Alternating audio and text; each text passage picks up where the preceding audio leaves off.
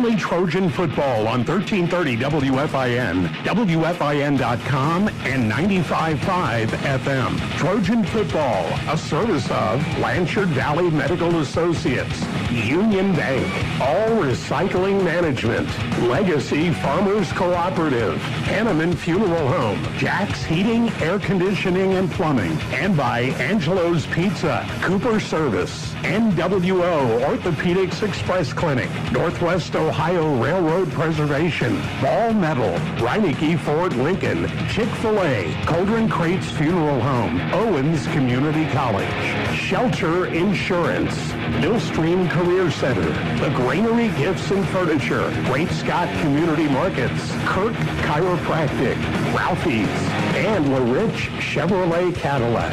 Findlay Trojan football on 1330 WFIN, WFIN.com, and 95.5 FM. And good evening, everyone. Welcome out to Donnell Stadium for the conclusion of the regular season of Trojan football here on 1330 WFIN. Also, welcome to the Cauldron Crates Funeral Home pregame show. I am Tim Montgomery. Alongside me, the coach, Cliff Height.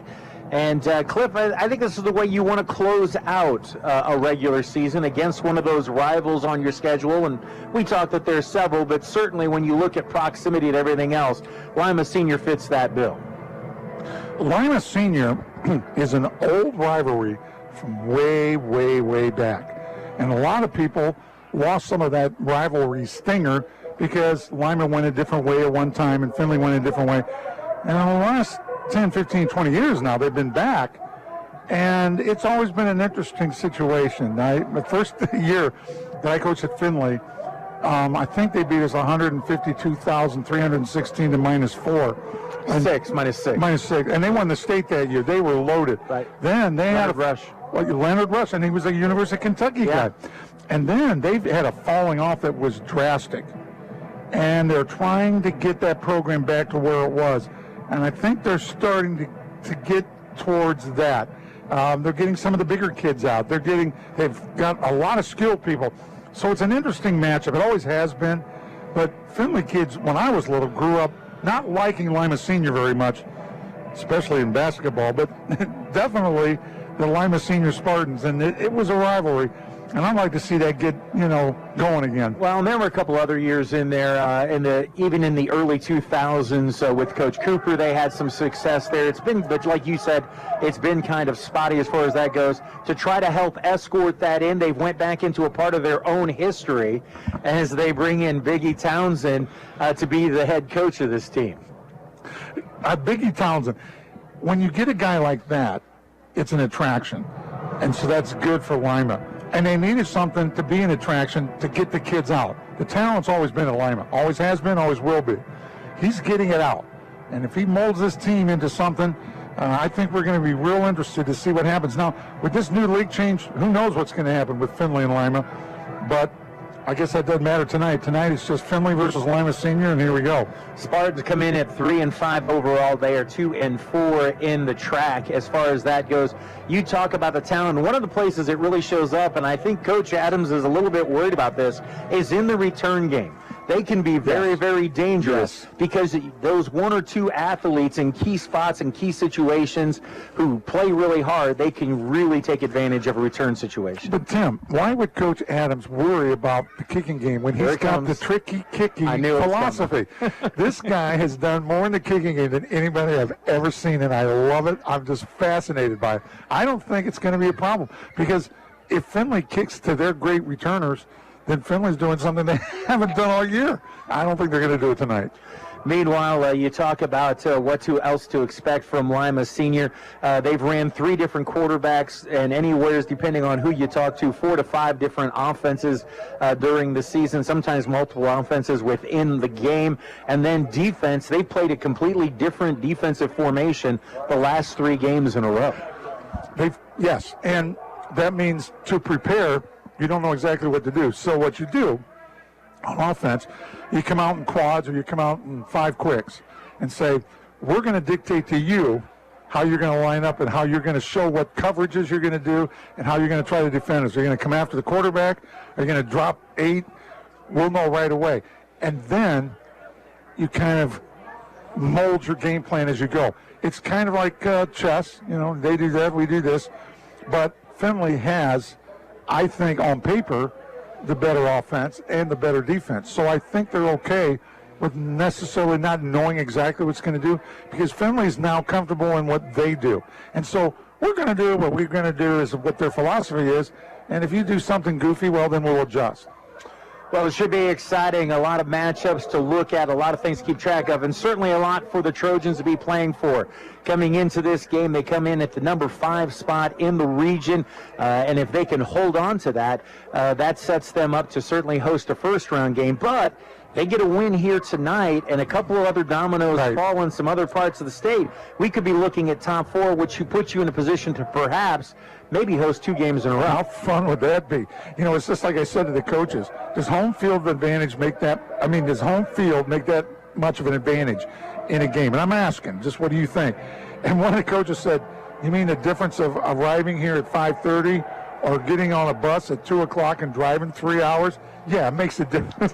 I got you. Boy, you would have thought you would have known that one all by yourself. You know there. what? Here's the funny thing, Tim. I loved away games. I don't know why. I love the travel. I loved going far, far away and playing somebody in exotic locations that I'd never been to before. I used to love it. And that's how we picked up people like Dublin and Upper and even Massillon. We played in Massillon. We did those kind of things, and I liked it. Now, I'm not saying the staff did or the team did. I did. But if the head coach acts like he likes it, then the kids will catch on, and they'll like it too. So, I mean, to me, it doesn't matter. All right, so you're listening to the Golden Crates Funeral Home pregame show here on 1330 WFIN. When we come back, we're going to hear from the head coach of the Trojans, Stephen Adams.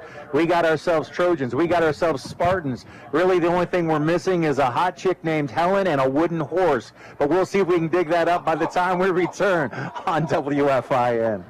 Learn and work in the community you love, right here in Findlay at Owens Community College. Start to finish for in-demand jobs. Save money on a bachelor's with our transfer programs. Your affordable higher education awaits. Apply today at owens.edu/Findlay. It's easy to recycle scrap metal in all recycling management, huh? But what if you have a big metal scrap, like that rusted car out back? Well, all recycling management still makes it easy. Let ARM know what you've got.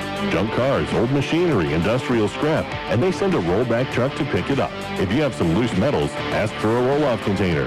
Same-day service. All recycling management services residential, commercial, and industrial customers in Findlay, Hancock County, and Northwest Ohio. Allen Township Road 107. It's that time of the year again. Who has time to cook between practices and games? Let Angelo's Pizza and Carry take care of that for you. Angelo's Pizza and Carry has been in business now 46 years and is still known for the best pizza in town. Home of the family combo. Angelo's Pizza also has the best stuffed crust pizza and offers a variety of specialty pizzas, subs, fried foods, and salads. Stop in after the game or have Angelo's Pizza deliver. They deliver within a 12-mile radius. Check them out on Facebook or call Angelo's Pizza today. All of us love sports, but not all sports are created equal.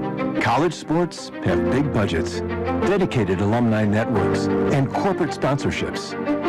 Professional sports have even deeper pockets, millionaire owners, lucrative TV and radio deals, and merchandise sales. High school sports have you. Everyone agrees high school sports give us plenty of reasons to cheer. And now's a great time for us to give back. Supporting your hometown high school won't cost you much, but it will go a long way to ensuring the games we love the most are here to stay. Ohio high school sports. They're good for our kids, good for our community, and best of all, they're good for you. This message presented by the Ohio High School Athletic Association and the Ohio Interscholastic Athletic Administrators Association. And WFIN and 95.5 FM. This is head coach Stephen Adams, and you're listening to the home of the Trojans, 1330 WFIN, WFIN.com, and 95.5 FM. Welcome back to the Golden Crates Funeral Home pregame show. Time to talk with the head coach of the Trojans, Stephen Adams. Coach, 6-3 on the season, 4-2 in conference play, winners of 4 in a row. You're number 5 in the regional rankings. Things are certainly looking bright for the Trojans these days. Yeah, I'm so proud of the coaching staff, so proud of the guys. We've been pretty resilient. We bounced back from the first 5 games of the year. As I look back at it, we lost to some pretty good teams, but I still think we could have done more in those games, of course, and I don't want to leave anything else these next 5 games to be desired. So what we've done and what we set out to do, we're meeting our goals at this very moment. 47-30 winners over St. John's last week, and it really, to be honest, wasn't even that close. You guys were finally able to really get that fast start you've been looking for. 2 touchdowns in quick succession, in coordination with a couple of good, strong stops by the defense. Both sides were really feeding each other all through that game. Well, that's what you asked for, right? You asked for, all 3 phases to be able to click, and we need all 3 phases to continue to click. I think we were pretty good. I think, unfortunately, we got a little rocky there towards the end, but I thought for the most part, special teams impacted the game, defense impacted, and offense did as well, too. Fast start, stops. Special teams-wise, we were able to recover another fumble this week. We were able to block an extra point or a field goal for them, which is huge, because every point matters, right? And that's what we've been emphasizing. So super proud of our efforts in all 3 phases. Now it's keeping it consistent for another game. As we talked about in the post-game, you were able to both throw and run the ball effectively out of multiple formations, and that really is going to be the key as you start to look towards the postseason. That's the key thing you need to have. Yeah, things will tighten up. As time goes on, things tend to tighten up a little bit, so we know that at some point in time we're going to be able to rely on both our run game and our passing game as well too. But we know we're going to find some DBs that can really lock up and cover up, and might take away some of our passing game. So we're going to need the run game at some point in time. They might stack some guys in the box and say we do not want to get 225 yards of rushing on us, so we'll stack the box. So we got to be able to win outside. So I feel like we're trending where I've been wanting to get to when I envision our offense in this program. As I was named the leader of the program. Well, let's talk about the defense. Created 3 more turnovers, 2 interceptions and a fumble with that, plus 5 tackles for loss in the process. I know earlier in the season there was some frustration for the defensive coaches by the defensive coaches, but certainly that corner's been turned. Yeah, I think it goes back to that point. Those little tweaks that we made were, I think, the best thing to put our guys in position to be successful. I think the ability to get up to that ball, line up quickly, recognize formations, and be able to be simple but complicated at the same time, and put our kids in a position to win. So making sure we're getting our pass rushers, whatever scheme, whether it's a twist, whether that's straight up, we're getting them on a mismatch, getting our best guys to be able to get home, getting our linebackers to be able to make tackles in the right spots. We looked at everything, and we made it simplified for the kids, but it's being very, very effective for us for the last 4 weeks. You said something to me last week in this interview after we were done. You said, we need this win going into the game. You certainly got it. Talk about why that win was so important. Well, I think, I think it was a big weekend for, let's just say, Findlay overall, right? As I'm a former Oiler coach. Right. I know ODU, for them, has been one of those teams that have been kind of the kryptonite, right? No matter what the record, it doesn't matter at all. They've kind of had our number a little bit. Or, here, St. John's last couple of years have had our number a couple of times. And, it didn't feel good. Right? So some of those games are more mental than they are physical. No matter how good you are, how well equipped you are, this is a team that has beaten us, and it really has hurt the last couple of years. I had a chance to win as 2 years ago, and we unfortunately kneel the ball, right, when the clock out. Last year, we have, unfortunately, we're in a position where we're 25-6, and they come back and, those games like that stick with you. And you want to get over that hurdle, and I thought we were able to do that this weekend. Talking with the head coach, Stephen Adams, on 1330 WFIN, WFIN.com, and 95.5 FM. Final game of the regular season this week is at home. Lima Senior is always a different game, with the athleticism especially that they have to put onto the field. I'm sure they're disappointed with their record, but they do have a signature win over St. John's, a close loss to St. Francis, and 2 other wins. I know we both say this a lot, but I do believe it's really true in this case that they're a better team than that record shows. Once again, I literally, I think you've heard me say it a million times, you can't really look at records in this league. Everybody's playing stiff competition every single week. Everybody's competing, everybody's playing the best of the best, and everybody's had some success, whether they've lost or you've won. You've had some success, you've had some setbacks in some of these games. So I think just that little bit of knowledge and that little bit of feel of like, hey, we've played against the best, and we feel like we can compete against anybody. We've made plays. It's just we're probably saying the same things. We got to stack wins, stack good plays together.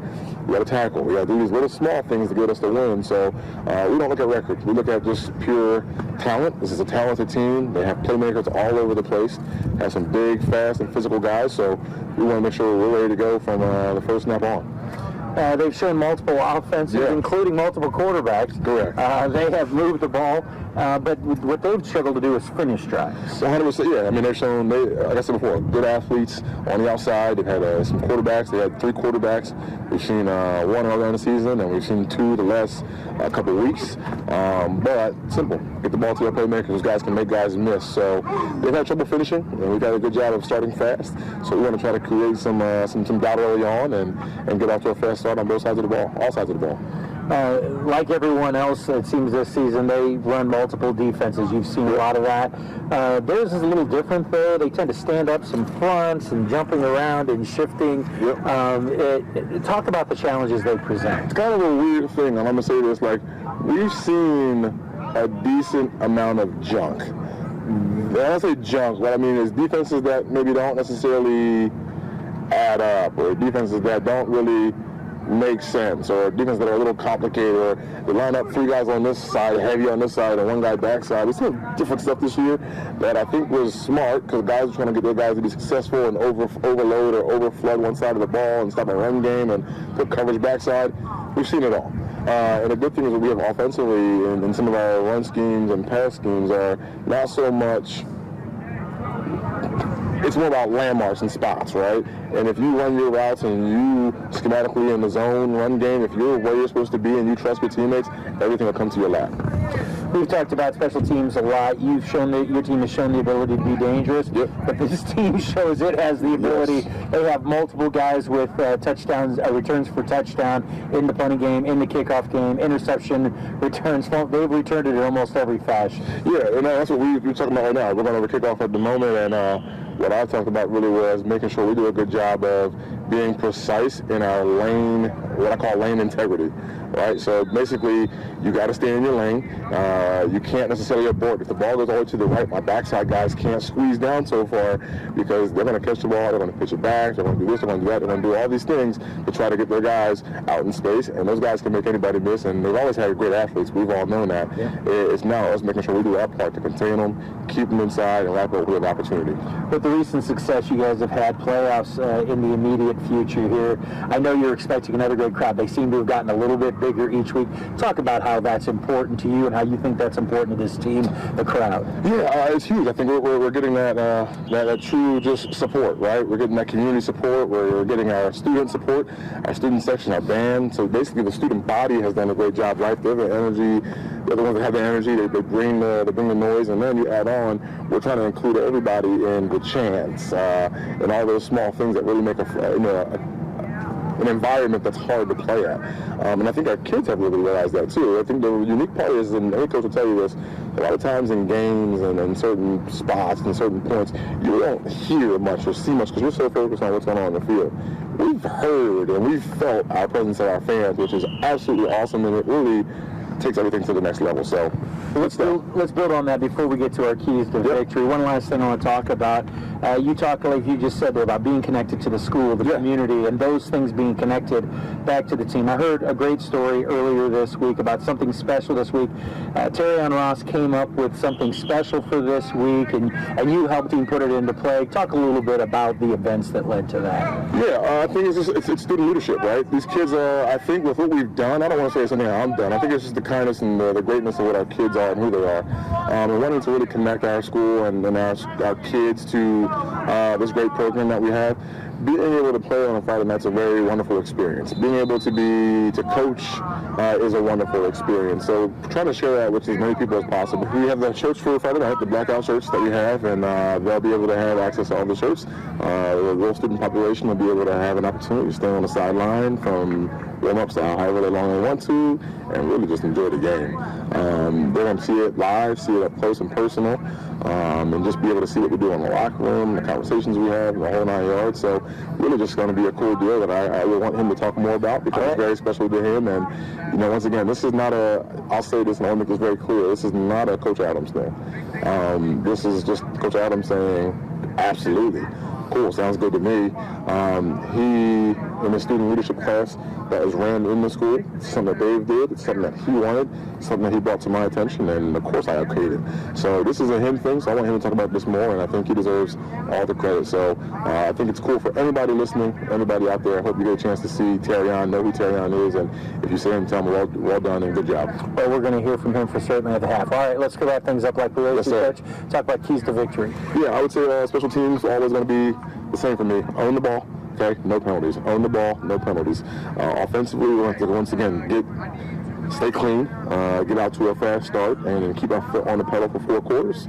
I'm going to say defensively for us as well too is to have effective communication, get lined up, tackle. These guys are pretty slippery, so those simple things we do out, I think we have a chance to be successful and finish off 5 games straight. All right, Coach, appreciate it, and go Trojans. Go Trojans. All right, you're listening to the Golden Crates Funeral Pregame Show. We'll be back with Coach Height in the starting lineups after this on 1330 WFIN. The loss of a pet can be devastating. It's a member of your family. They greet you at the door when you get home from a hectic day. This is Andrew Crates with Golden Crates Funeral Homes. We know taking care of them after they pass is difficult. With this in mind, we offer simple pet cremation starting at $60. As always, we are here to serve your family in a time of loss. Any time of loss. Visit goldencrates.com for more information. Serving our community, our neighbors, and our friends. At LaRich Chevrolet Cadillac, we're known for 2 things: great deals and awesome service. While they're raising the bridge, shake off the dust and come in for big savings. Follow the signs to LaRich Chevrolet Cadillac in downtown Findlay. We're open for business. Our certified pre-owned inventory is bigger than ever. At LaRich, our vehicles undergo an extensive inspection and reconditioning process, giving you the value of used with the confidence of new. Visit us at LaRich Chevrolet Cadillac, downtown Findlay, or on the web at larichcars.com. Find new roads. WFIN says thank you for listening. And remember, you can listen around the clock on computer, smartphone, or tablet. Start your day with Chris Oakes and Good Mornings. And stay with us all day long. You also get CBS Sports Radio plus all of our locally originated sports programming. Listen live whenever you like at 1330 WFIN, 95.5 FM, and at WFIN.com, where you can also grab our free mobile apps for iOS or Android. Want to stay up to date with what's going on with your favorite high school team? Get real-time score updates throughout the high school sports season with the WFIN scoreboard. It's as simple as bookmarking the WFIN scoreboard page or add it to your mobile homepage for the area's real-time high school scoreboard. Make it easy to follow your team throughout the season from your computer, smartphone, or tablet. Bookmark the WFIN scoreboard page presented by Owens Community College at WFIN.com. The Findlay Trojans, WFIN and 95.5 FM. Welcome back out to Donnell Stadium. Tim Montgomery, Cliff Hyatt, as we get ready for the kickoff of the Trojans and the Spartans. It is senior day, Cliff, and is always a special night for the seniors themselves, but for the families, for the coaching staffs. It's really a special night. It is, and it's always good to see, and I really don't want to get sappy, but it almost brings a tear to your eye. It's a big moment.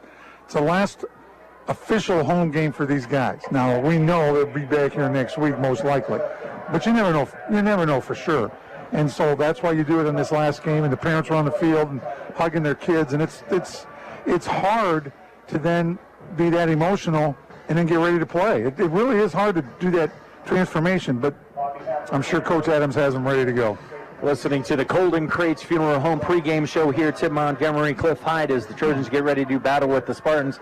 And let's go ahead real quick and recognize these kids. Razik Crutcher, Raheem Crutcher, Ben Ireland, Isaac James, Braden Lane, Caleb McCaskey, Braden Parker, Bryce Pottinger, Trace Robinson, Terrion Ross, Justin Roth, Max Roth, Skylar Scott, Matt Searles, Cam Stagnolia, Alex Tice, Tyler Treft, and Sam Wyra. And one of the things that stands out to me about these young men is the last 3 years, they've had 3 different head coaches. Yeah, they have. And to talk about enduring through that, and then the leadership they've shown this year to pace them to what is right now a 6-3 season, looking at trying to get to 7-3 tonight.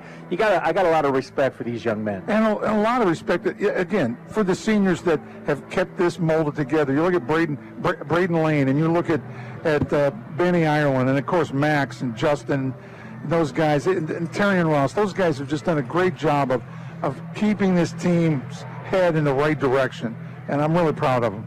Certainly are. You talk about it, the Trojans won the coin toss. They have deferred their choice until the second half, so they'll be kicking it away to Lima Senior to start things off. Quick rundown of that expected starting lineup across the offensive line for the Spartans. Tyrese Austin, the 6'1 senior.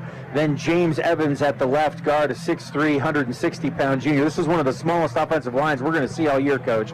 Number 60, a 5'10", 190-pound senior, Josh Wells. Number 56, Marzel Copeland, a 5'10", 190-pound senior. And at the right tackle, Dominique Peterson, 6'4", 150-pound senior. The quarterback that we expect to see, but we literally could see any of 3, Aiden Howard, 6'1", 135-pound sophomore, comes in 67 of 141, 8 interceptions, 6 touchdowns. His wideouts include Cecil Benton on one side, Brian Hines, the transfer from Lima Central Catholic, on the other, and then the inside receivers, DJ Clark on one side, Jaquel Cotton on the other, and in the backfield will be Kamar Johnson. But again, there's a bit of an anomaly. We got here, we have at least 15 number changes and position changes and kids who are no longer at least on the roster.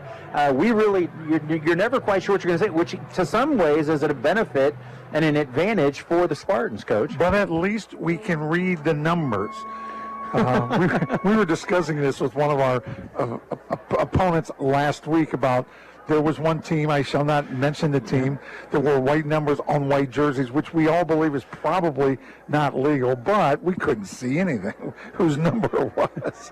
And at least we can read these numbers, the ones they have on their back. If they match up to our sheet, we're all set. All right, we got just 2 minutes before the kickoff. We're going to take our last break here on the Colden Crates Funeral Home pregame show. Back with the kickoff after this on WFIN. It's that time of the year again. The Pumpkin Train in Northwest Ohio Railroad Preservation, September 25th through October 24th. Every Saturday from 1 to 5, ride the train and pick a pumpkin. Admission is $3 for adults and $2 for kids 12 and under. Enjoy some games, decorations, and family-friendly activities. Ride the Pumpkin Train at Northwest Ohio Railroad Preservation, County Road 99 in Findlay. Sponsored by the Hancock County Convention and Visitors Bureau at visitfindlay.com. Carrier Green Speed. What is it? It's a way for you to save up to 50% over your conventional home heating and air conditioning energy costs. Where can you get it? Jack's Heating, Air Conditioning, and Plumbing. Jack's is a factory-authorized Carrier dealer. Call Jack's today to learn how you can save 40 to 50% using Carrier Green Speed technology in your home. Jack's Heating, Air Conditioning, and Plumbing. Your hometown Carrier factory-authorized dealer in Findlay. I didn't have to worry about anything. Anything that I needed, they were there. My name is Jody Kendrick. My son, Blake Kendrick, passed away. The Hanneman Funeral Home assisted me. Drew and the Hannemans guided us step by step by step, what we needed to do, what to expect, anything that we needed. Really well, they took care of all of us. I'm Drew DeVore, Funeral Director at Hanneman Funeral Homes in Findlay and Macomb. With children returning to school, football games, bonfires, and hayrides, that's all the more reason to make sure you're traveling this fall on quality tires from Cooper Service. Thankfully, Cooper Tires has more than a century of experience in manufacturing comfortable, capable tires.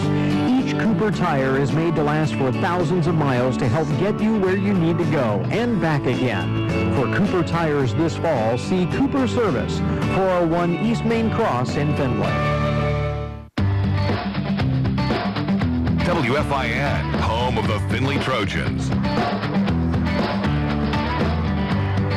Welcome back out to Donnell Stadium. And the blackout crowd is in effect, and they're getting a little loud and crazy. Got our AC/DC going in the background. Trace Robinson's got the kickoff, and the football's got it placed, and we'll see the first of what I'm sure will be several. Say it, Coach. Tricky kickies. Tricky kickies. We are underway. It's a high short poocher. Takes a hop, a skip, played there, and actually puts on a small return out to the 40. So good field position for Lima Senior to start this off. We ran down that offense for the for the Spartans. Let's take a look at the Trojan defense.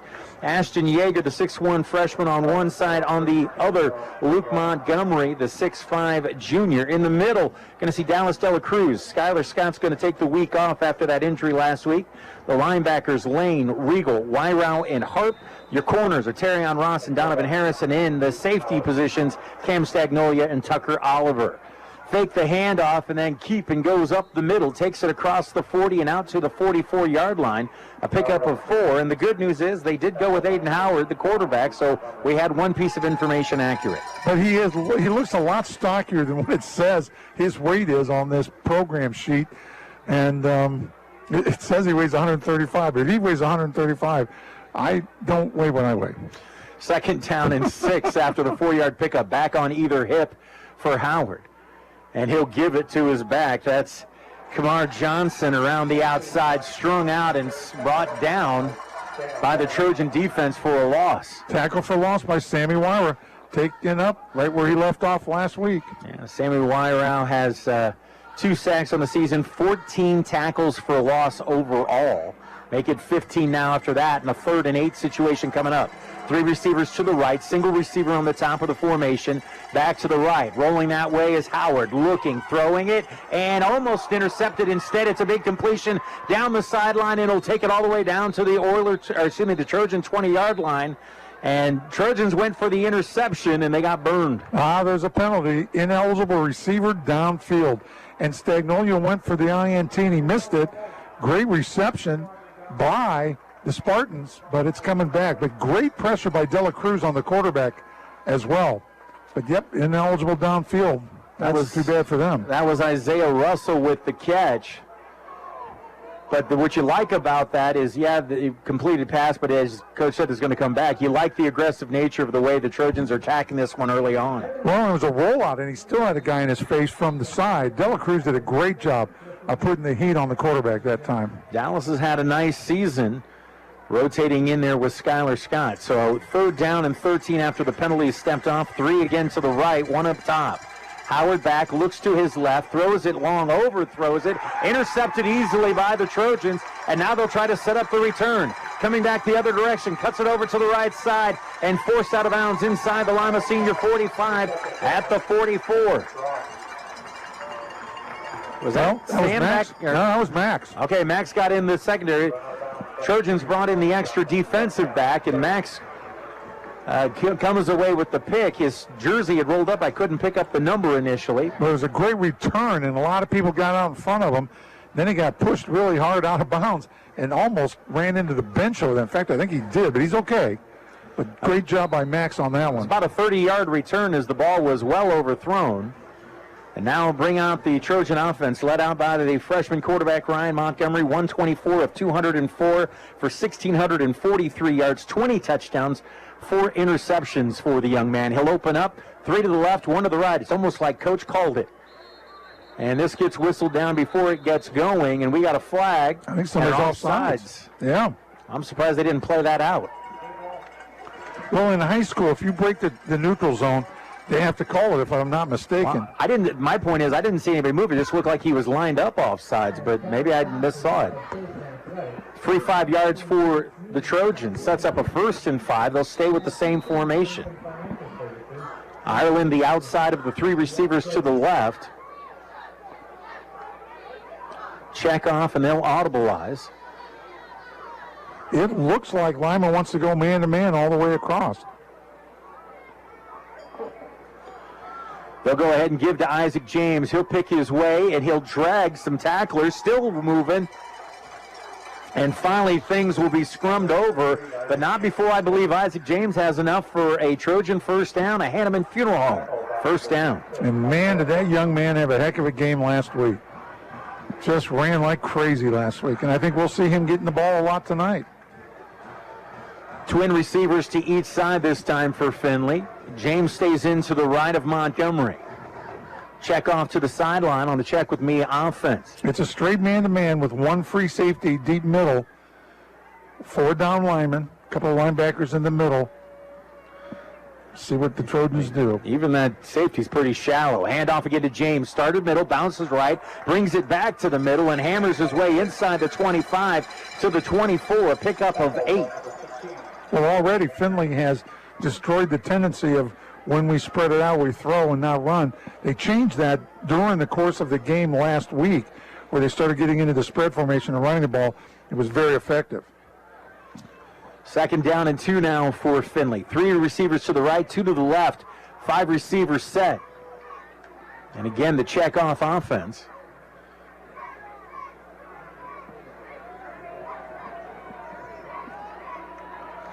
Terrion Ross, the inside of the 3 receivers on the right. Montgomery, the quick throw and the check down and in and out of the hands of his intended target. Was looking that time for Justin Roth. Incomplete, so 3rd down and 2 now for Findlay. Lyman went with a zone look that time, so it looks like they may try to mess up the quarterback's head with their different coverages. They're going to be in a zone again this time with 2 high, 1 on each hash deep. 4 to the right, Ireland the single receiver to the left. Montgomery back, throws the quick out and overthrew it and almost intercepted, probably should have been. Well, that should have been a pick 6, to be honest with you, Tim. It was thrown poorly and went right through the defender's hands, and he had nothing but a lane all the way to the end zone, from all the way back from his own 20-yard line. So 4th and 2. And this deep into positive territory. Trojans are going to play, bring Isaac James back into the right of Montgomery. 2 receivers to each side. And again, they'll check off. Trojans in no hurry here offensively. Montgomery goes up to the line, gives an audible. Now comes back set. Gives it to Isaac. Big hole right up the middle. And he hammers it inside the 15 and down to the 14-yard line. That'll move the sticks for another Hanneman Funeral Home first down. And now they will show play with a little tempo. Go right back to the line of scrimmage.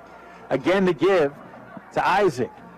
Sort of takes it to, bounces it to the right side, then tucks it back inside.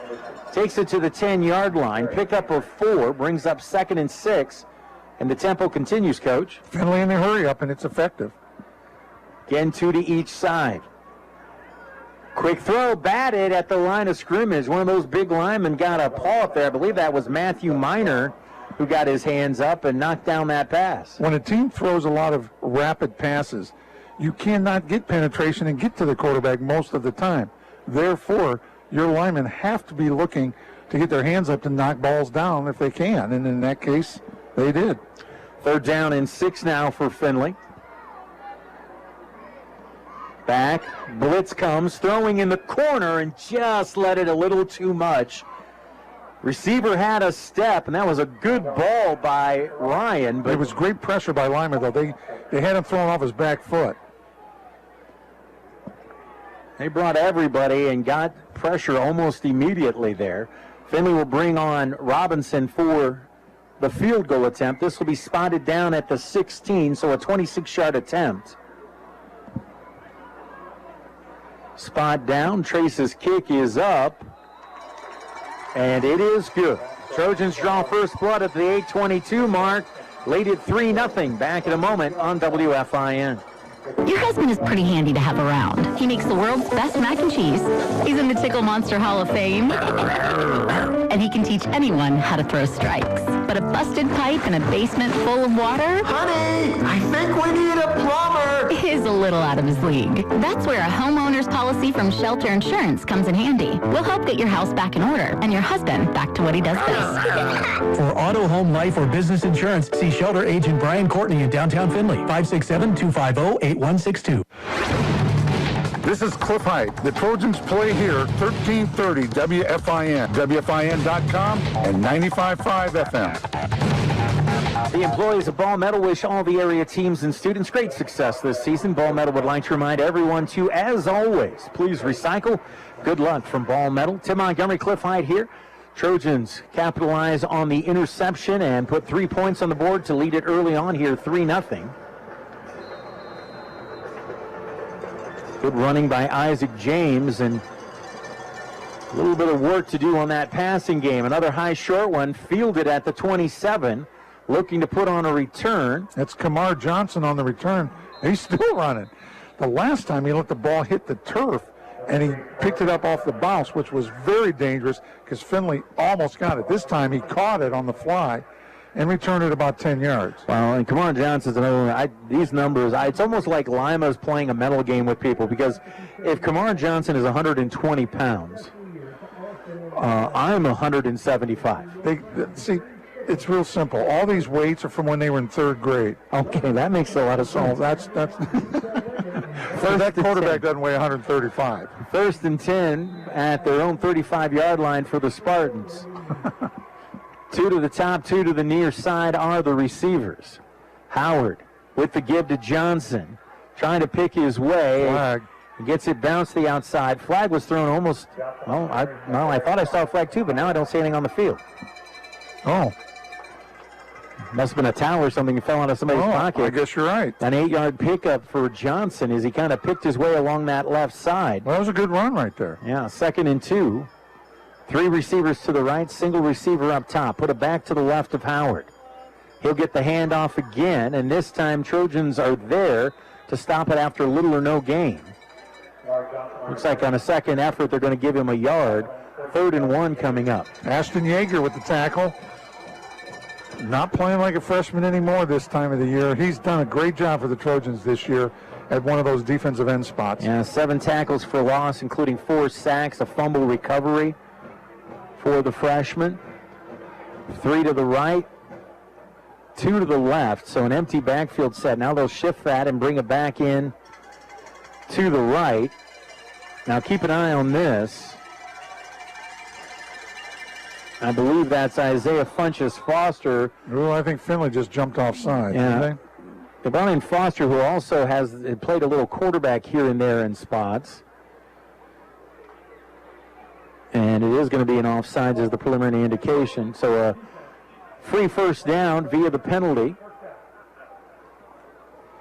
There are some crazy numbers out there this season actually for the Spartans, especially when you look at first downs as one of those. They've given up 66 penalties, or 66 first downs via the penalty. Throw it over the top, bat it around, and that went off about 2 or 3 different players' hands on each side of the line of scrimmage. I think it went through 2 Lima Spartan players and 1 Findlay player. Yeah, it was kind of like, who wants it? But it was a line drive. It wasn't like a pop-up jump ball. It was a line drive shot. Went through everybody. 2nd down and 10 at their own 49-yard line for the Spartans. Send 1 wide out to each side, a back on either side of Howard. Handoff, and that is going to be dropped for a loss, and slicing in for the Trojans was Isaac Tuoloma. Isaac read that all the way and never left his sight off of the running back and drops him back inside the 45, and that's actually a generous spot for the Spartans. Well, that was a great job on his part. Breaking right through the line of scrimmage and just not letting the back go anywhere. 3rd down and 14 after the tackle for loss. Just over 6 minutes left here. Findlay leads at 3-0. Howard, deep drop. Now flush from the pocket. Throws late. Caught. And it's going to depend on where they spot it. See, I think it's a first down. And I'm not sure they're going to give it to him. He caught that just past the chains. and they're not going to give it to him. Well, he definitely broke behind the chains. I just wasn't sure what side when he actually physically controlled the football, if it was on which side it was. Well, 4th and 1. They're going to go for it anyway, but I'll tell you what, I think he got it, but that's all right. 3 to the left, 1 to the right. Back to his left for Howard. It's a nice throw. Trojans jump, but got back. And the quarterback begging, and now a flag will get thrown well after the fact. And we got a sideline warning against Lima Senior. Yeah, well, the coach ran onto the field. Yeah, I think that would be a warning. He was almost to the numbers, yelling at his quarterback, and I'm not sure if he didn't either like the spot or he wanted to call the wrong. He wanted to change the play. I think. No, I think he wanted a penalty for Findlay jumping off sides. He felt that they broke the line. Oh, well, okay. All right. Based off of everybody's reaction and the timing of it. Now they'll change the bunch up. They're going to go to a tight formation. Oh, everybody's within 1 inch of the ball. Go under center. This is a good full yard. And they're going to try to scrum over, and they're going to get it. Well, they got it because they got pushed, the bush push. Yeah. And he actually takes it all the way inside the 40 to the 39.5. And initially, the Trojans stood that up. Delacruz right in the heart of that, but then that everybody else packed around and scrummed over. The problem is, Tim, the backs in the backfield were leaning forward before the ball was snapped. Should have been called for illegal procedure, which would have changed the entire situation. Under 5 minutes left and a first down inside the Trojan 40 at the 39. 3 to the left, 1 to the right. Handoff faked. Howard will turn it up. Delacruz with... I think that's Regal. No, it is Regal. Yeah. Regal with the tackle. I saw the 7, but it was a 4-7. So, yep, Regal after a short pickup of 1. I think the quarterback wished he had kept that. He was reading that, and the back wouldn't let go of the ball. And that does happen when you run the option. Trust me, I used to do that in college. Throw it out in the flat. Nice block picked up. And up the sideline, another first down, forced out of bounds near the 21 or 22 of Findlay. That was a well drawn up and well executed screen. A nice quick screen, very well executed. And again, get your athletes in space. Anything can happen. 1st and 10 for the Spartans. And knocking on the door, Findlay leads at 3-0. 3 receivers to the right, single receiver to the left. Rolling to the 3 receiver side is Howard. Now hesitating. He's trying to direct traffic, and he's just going to throw it away. Oh, he had guys open. He had guys open right down the seam, and he never saw him because he was running for his life at one point. But he definitely had a receiver wide open in the end zone and just didn't see him. I think by the time they came open, he had to just get rid of it. I do too. That was Isaiah Russell down there in the end zone, just all by himself. And it happens sometimes in a coverage situation when a quarterback rolls out. Receivers have to get open. He did get open, but the quarterback didn't see him. 2nd down and 10. I think Aiden Howard has a nice arm, though, Tim, don't you? He floats it, but, I mean, that gives his receivers chances to make plays. 3 receivers on the left in a tight formation. Move 1 in motion. Rolling to the opposite side. Throws the check down. That was a nice throw there. But not many yards. Yeah, Trojans shut it down after a short pickup. Was that Tucker on the cover? Yeah, that's Tucker Oliver covering from his safety position, and then also in the neighborhood was Terry and Ross. But they both jumped that route rather quickly and held them to a 3-yard gain, which makes it a 3rd and 7 now. 3 to the left, 1 to the right.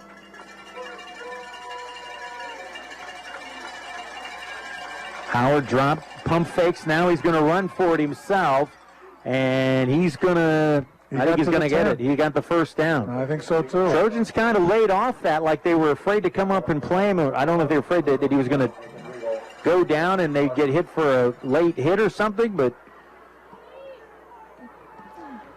sets up a 1st and 10. He just kind of pulled right up the middle there, Tim. He just was bound and determined to get that first down and just made it. Just outside the 10 is where they spotted, so it looks like he can get a first down just inside the 1. This is a great drive for the Lima Senior. It really is. 3 to the right. Give to Johnson. Started it right, bounced left.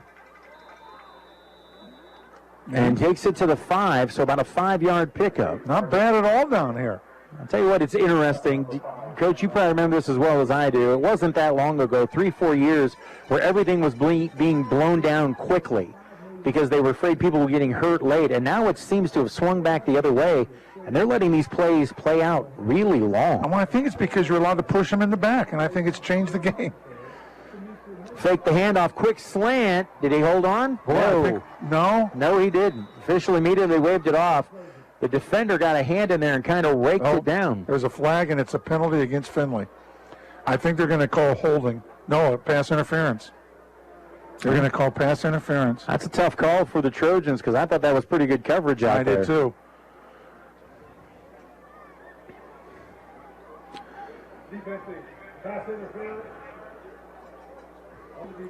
You know, the fans at Findlay are not protesting or yelling or screaming or booing or anything. So they may think that was a good call as well. But that'll be a 1st and goal at the what, Tim? I think they take it to the 3, don't they? I think so. Or is it the 2? It looks like an extra point play. Yeah. Now they got 4 downs to go 3 yards. Because it happened in the end zone, so I believe it comes to the 3. Give the Spartans a ton of credit. This has been a fantastic drive. Now, there have been a couple of penalties against Findlay that have helped them, but they've earned a lot of this. They've mixed it up well, Tim. They really have. 2:11 left here in the first quarter. Findlay leads at 3-0, but Spartans getting ready to challenge that. A back on either side of Howard. He'll give it to Johnson, and he walks in. Wow. Good little counter run. They got a kick-out block right at the point of attack, and well executed again. Well, my hat's off to him. That was a great drive. 6 minutes and 7-second drive. They lead at 6-3 with an extra point attempt coming up. Bring on the place kicker. I've got that as a 13-play drive, taking up 6 minutes and 7 seconds, which is what you want to do against Findlay, and that's eat up the clock with the quick strike ability of the Trojans.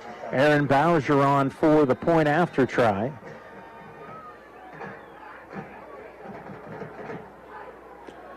Kick is blocked. The Trojans had 3 or 4 people in there. Dela Cruz was in there. Montgomery was in there. Tucker was in there. They were all in there. Yeah, blocked that. So it stays at 6-3, but the Spartans do have the lead with 2:07 left in the first. Back in a moment on 1330 WFIN, WFIN.com, and 95.5 FM. Get to Ralphie's in Findlay for all new juicy chicken thighs in your favorite sauce. Ralphie's also has the best spaghetti and jumbo meatballs in town. You gotta try them. Order and pay for your carryout at Ralphie's.com, and they'll have it hot and fresh when you pick it up. And don't forget beer buckets every day, all day for only $12. Plus free Wi-Fi and more. Ralphie's, 730 West Trenton Avenue, Findlay. Bring yourself to Ralphie's. Yeah, it's that good. The Findlay Trojans, WFIN and 95.5 FM. Welcome back out to Donnell Stadium, where the Trojans took the early 3-0 lead, only to see the Spartans on the ensuing drive take it 65 yards down the field, find the end zone. Trojans do come up with a block on the extra point to have it 6-3 in favor of Lima, and the Spartans get ready to kick it away to the Trojans. Looks like Bowser to kick it off here. If he kicks it deep, Findlay's going to explode on this return. They just are. So I don't know what Lima's got up their sleeve, but we'll find out. Well, Benny Ireland is the deep man, and it looks like he's flanked by a Roth to either side. They go squib up the middle, skipping football, and pouncing on it is the 35. So they go tricky kicky as well. Smart, though, because, again, I said when we were at commercial, I was talking to you, if they kick it deep, they're in trouble. And they didn't. They kicked it. Now the ball's at the 35. Findlay's got decent field position, but Lima hasn't given up the big play. And they still haven't on defense. You realize that. They've thrown the one interception. Other than that, Lima has not given up the big play yet on defense. So here comes the Trojan offense. Open up with 3 to the left. Single receiver on the right. Keep it back in there.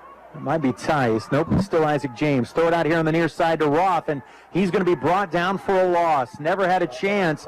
Man came slicing in untouched and dropped Roth, Justin that is, for about a 4-yard loss. Deontay Griffin on the tackle there. Very good open field tackle. Findlay loses 4 on that, maybe 5.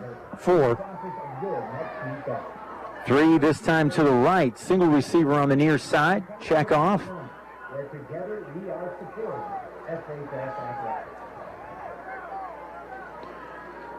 Findlay's still trying to find out what they want to do and give Lima credit on defense. They've mixed up their coverages a little bit, and I think they got Findlay a little bit baffled to this point. Well, and the play clock down to 2. They just get it off.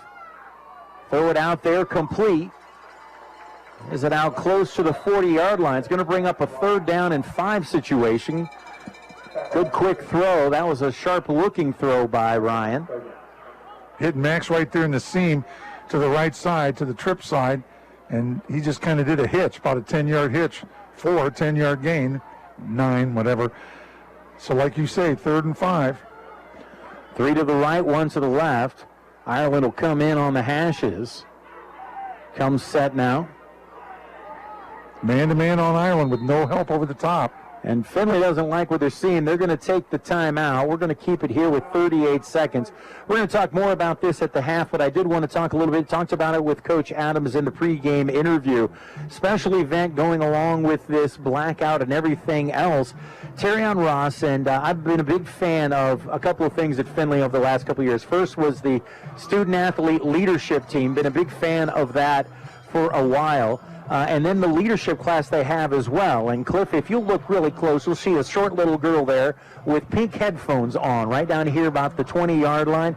That's my daughter, because the special needs kids got a special invite from Terrion Ross to be down on the field during pregame and actually here during the game. Wait, does she have a water bottle? That's what I want to know. She had one earlier, was giving it to the players. All right, great. Out of the timeout. We'll talk more about it at the half.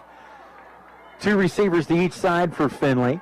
Throws it out of here, complete. Turns it up, 1st down yardage, and then scampering out of bounds is Benny Ireland.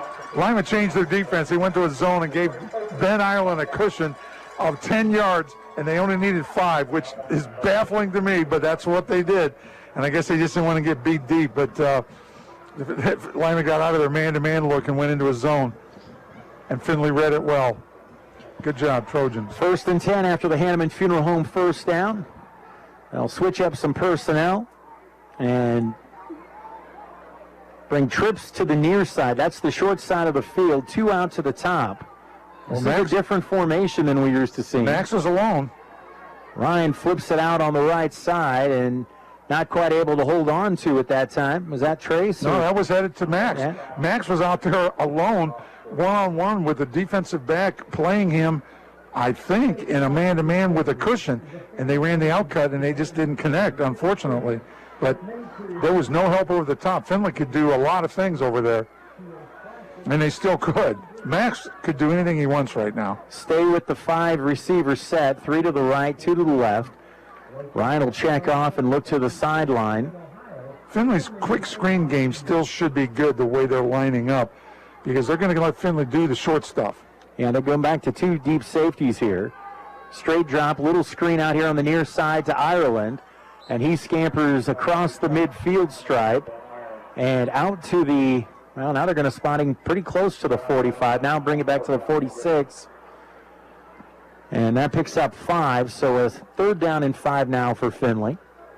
And last time, Lima gave Findlay too much of a cushion on one of the best receivers in the state of Ohio.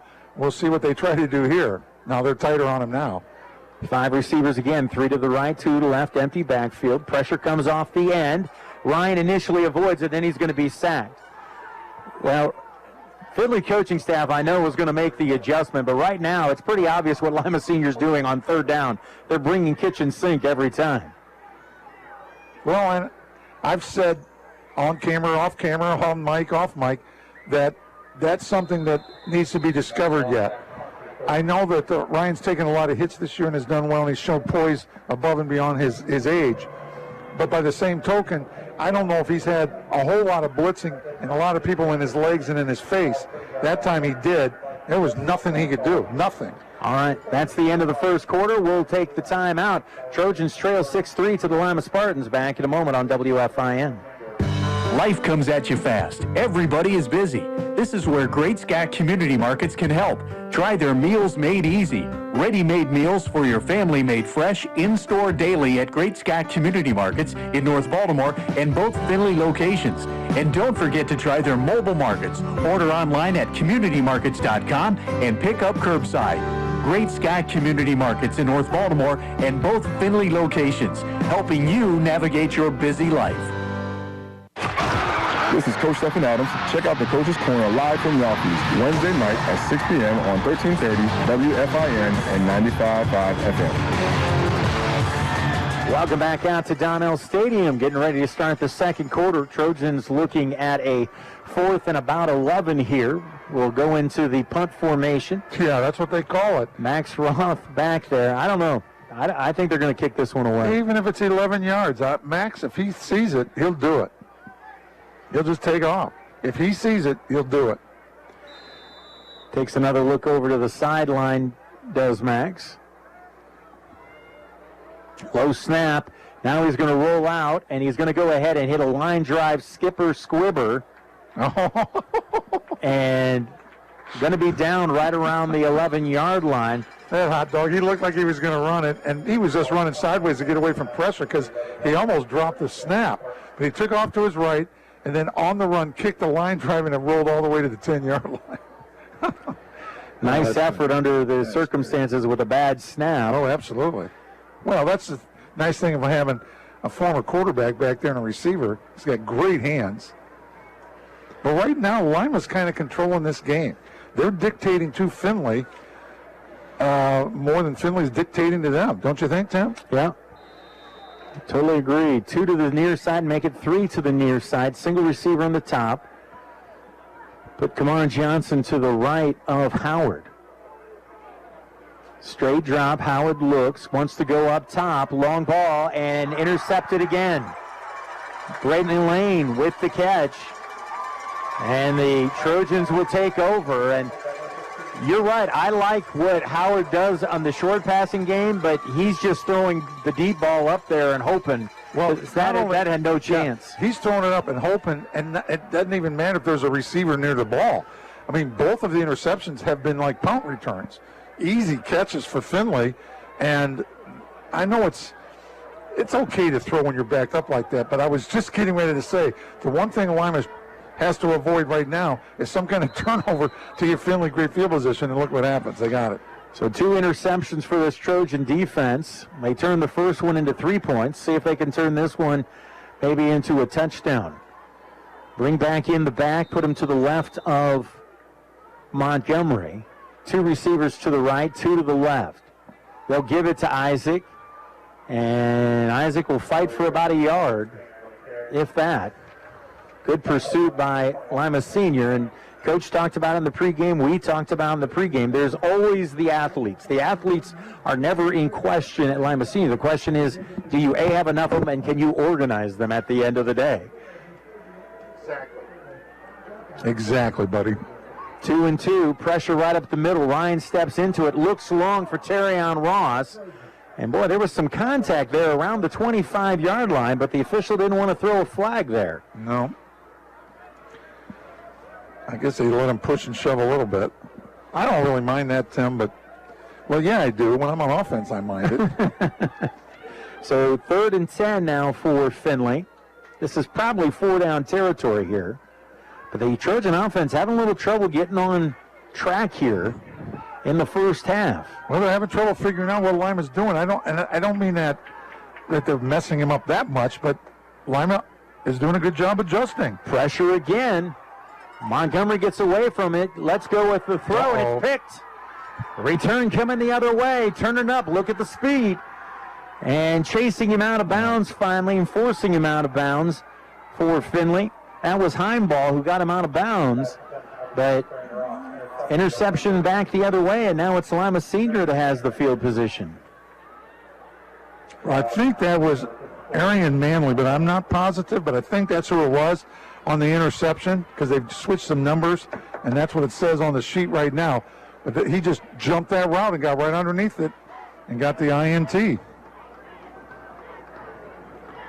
So 1st and 10 for the Spartans at the Trojan 35. They lead at 6-3. We'll look to try to add on out of the interception. 2 receivers to each side. Handoff to Johnson. He avoids a man in the backfield and then gets back to the ball came out. But they'd already whistled it down. I'm telling you, he was not down when that ball came out. Tucker Oliver came running out with it, but the official said no, play was over. 2nd and 10 coming up. Yeah, but make a mental note of that because that means it can happen again, and maybe it'll happen before the whistle blows next time. Again, 2 receivers to the right, single receiver wide out here to the left. Tight end at the end of the line, bring a man in motion, go with the jet look, but the quarterback's going to keep it. He's going to fake the jet. It was an option read. And right now, Brian Hines is not happy. He's like, let me have the football. I had all kinds of room. Yeah, he really had all kinds of room. Quarterback should have given that off.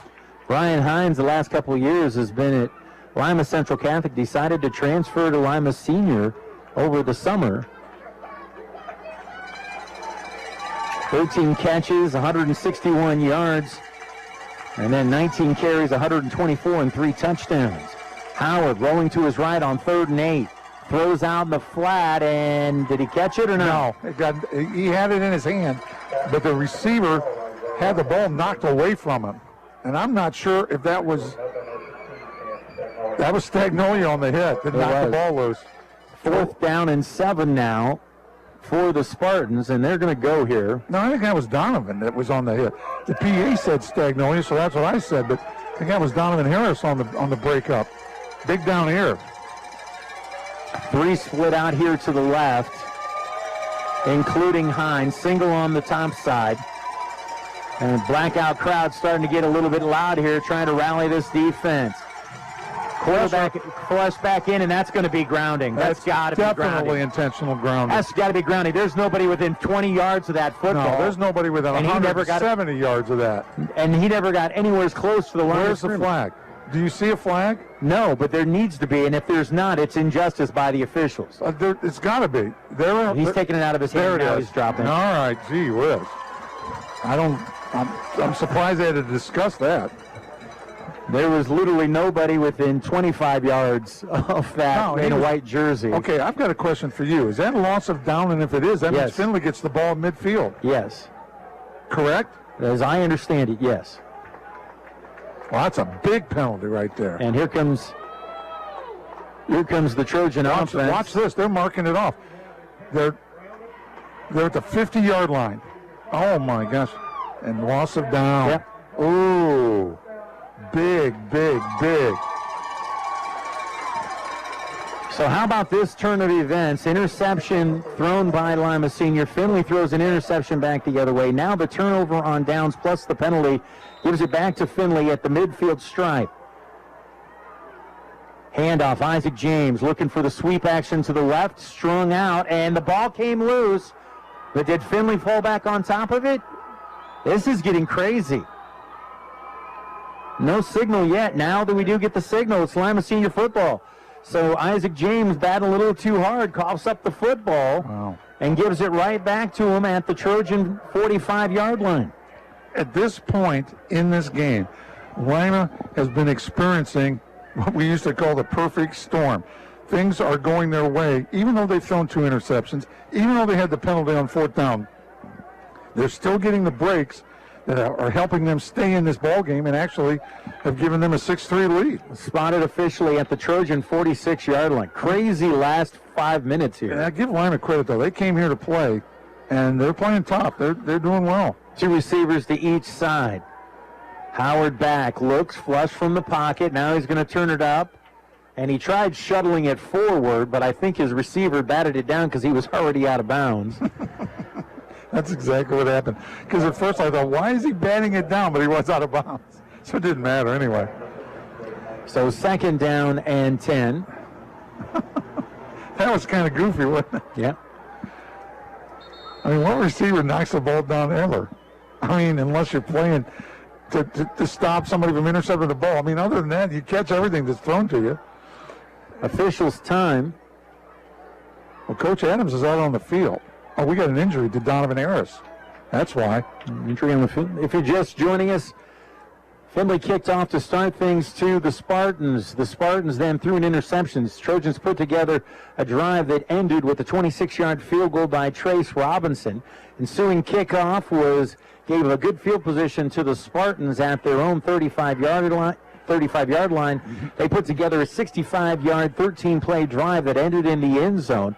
But the Trojans were able to block the extra point. And then since then, there's been an exchange of interceptions, a turnover on downs with a penalty for intentional grounding to be followed immediately by a Trojan fumble. And all that equates out to a 6-3 game in favor of Lima. And they have it 2nd and 10 from the Trojan 46-yard line. But you know, Tim, I wouldn't call it sloppiness. I would just call it both teams being aggressive and mistakes are being made. But it's a good game. It's really a good game. One wide out each way, blocking back in there. Handoff goes to Hines, and he's going to be stacked up and brought back. And they're going to spot it back on the Spartan side of midfield at the 49. Minus 5 yards on a run. And they had an I-stack formation, which is a power running formation, and lost 5 yards. That's amazing.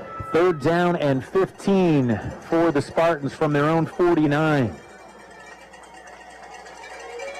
2 receivers, check that, 3 receivers to the right, single receiver on the left. I think Trojans will bring the house. And they do, bring pressure right up the middle, picked up by the Spartans. Flush now, Howard throws it late, and it's going to be incomplete. That one's not intentional running. He had Kamar Johnson out here in the flat and just overthrew him. But Luke Montgomery knocked his offensive tackle opponent all the way back into the backfield and did a bull rush that went right straight to the quarterback and forced him to throw a bad pass. Tremendous job by Luke Montgomery. So 4th and 15, bring on the punt unit for the Spartans. That'll be Isaiah Funchess Foster. Now, Funchess Foster also sees some time in the backfield and as a wideout, so keep an eye on his athleticism as well, much as we do with Max Roth.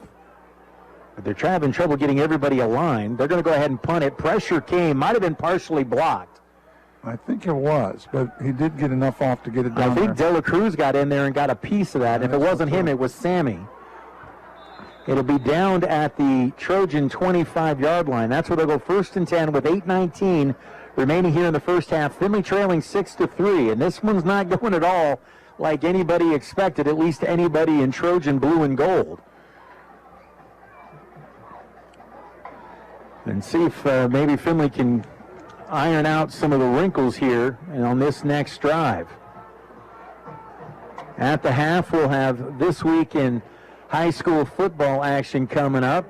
Skip Mosick will be talking with Dale Davison from ESPN Cleveland about Northeast Ohio football.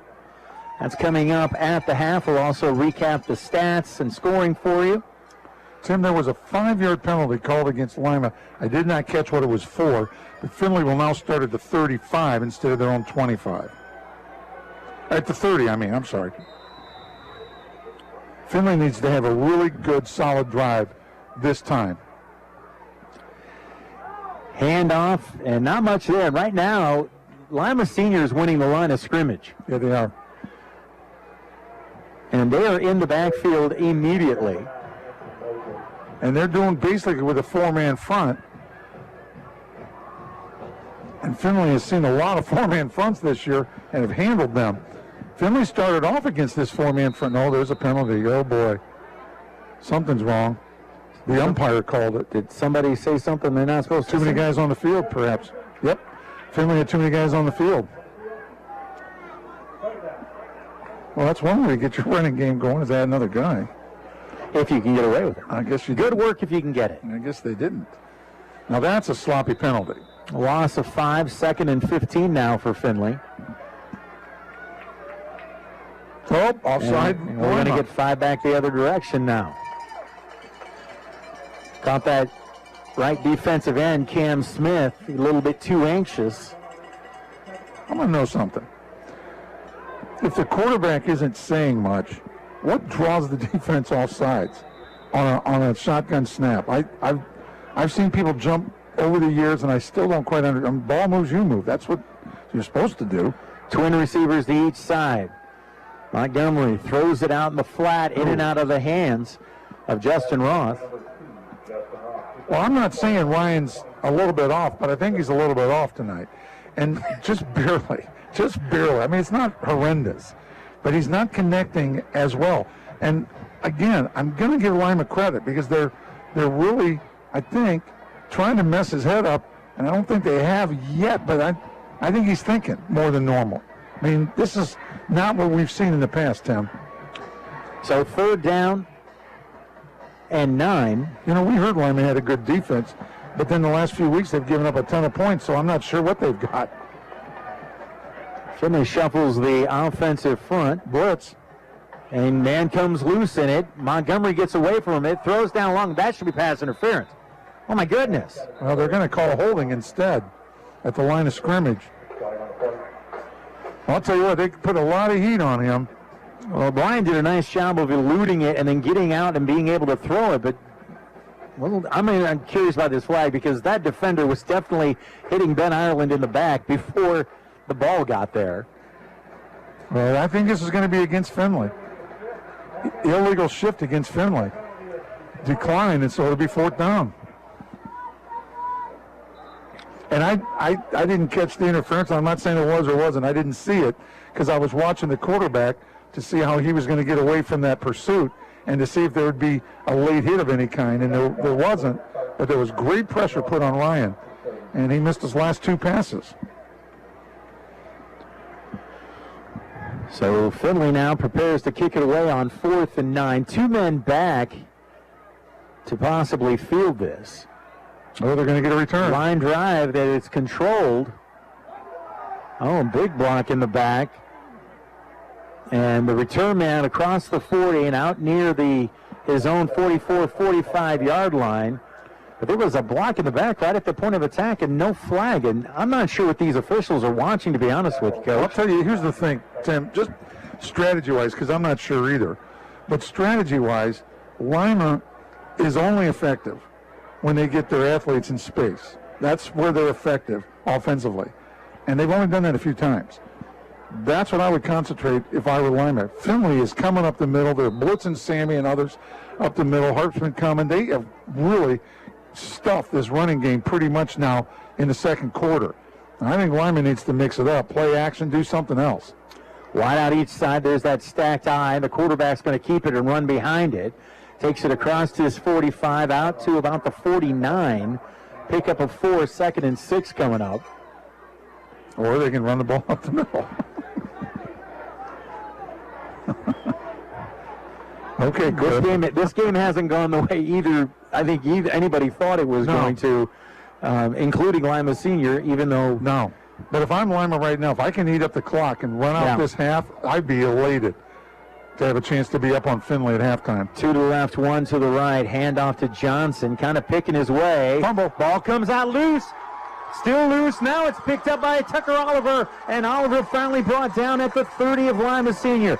The Trojan defense has forced 3 turnovers plus a turnover on downs here in the first half. Now the question is, can they pay it off? 6:27 left in the half. Trojans trail 6-3. Defense is certainly creating opportunities. 2 interceptions, a fumble recovery now. Well, great job by Tucker to have the wherewithal to scoop and try to score, and he got it all the way down to the 30. Findlay definitely needs to get something done here now. Here Lima was thinking about running out the clock. Now Findlay has a chance of scoring and either tying or take the lead.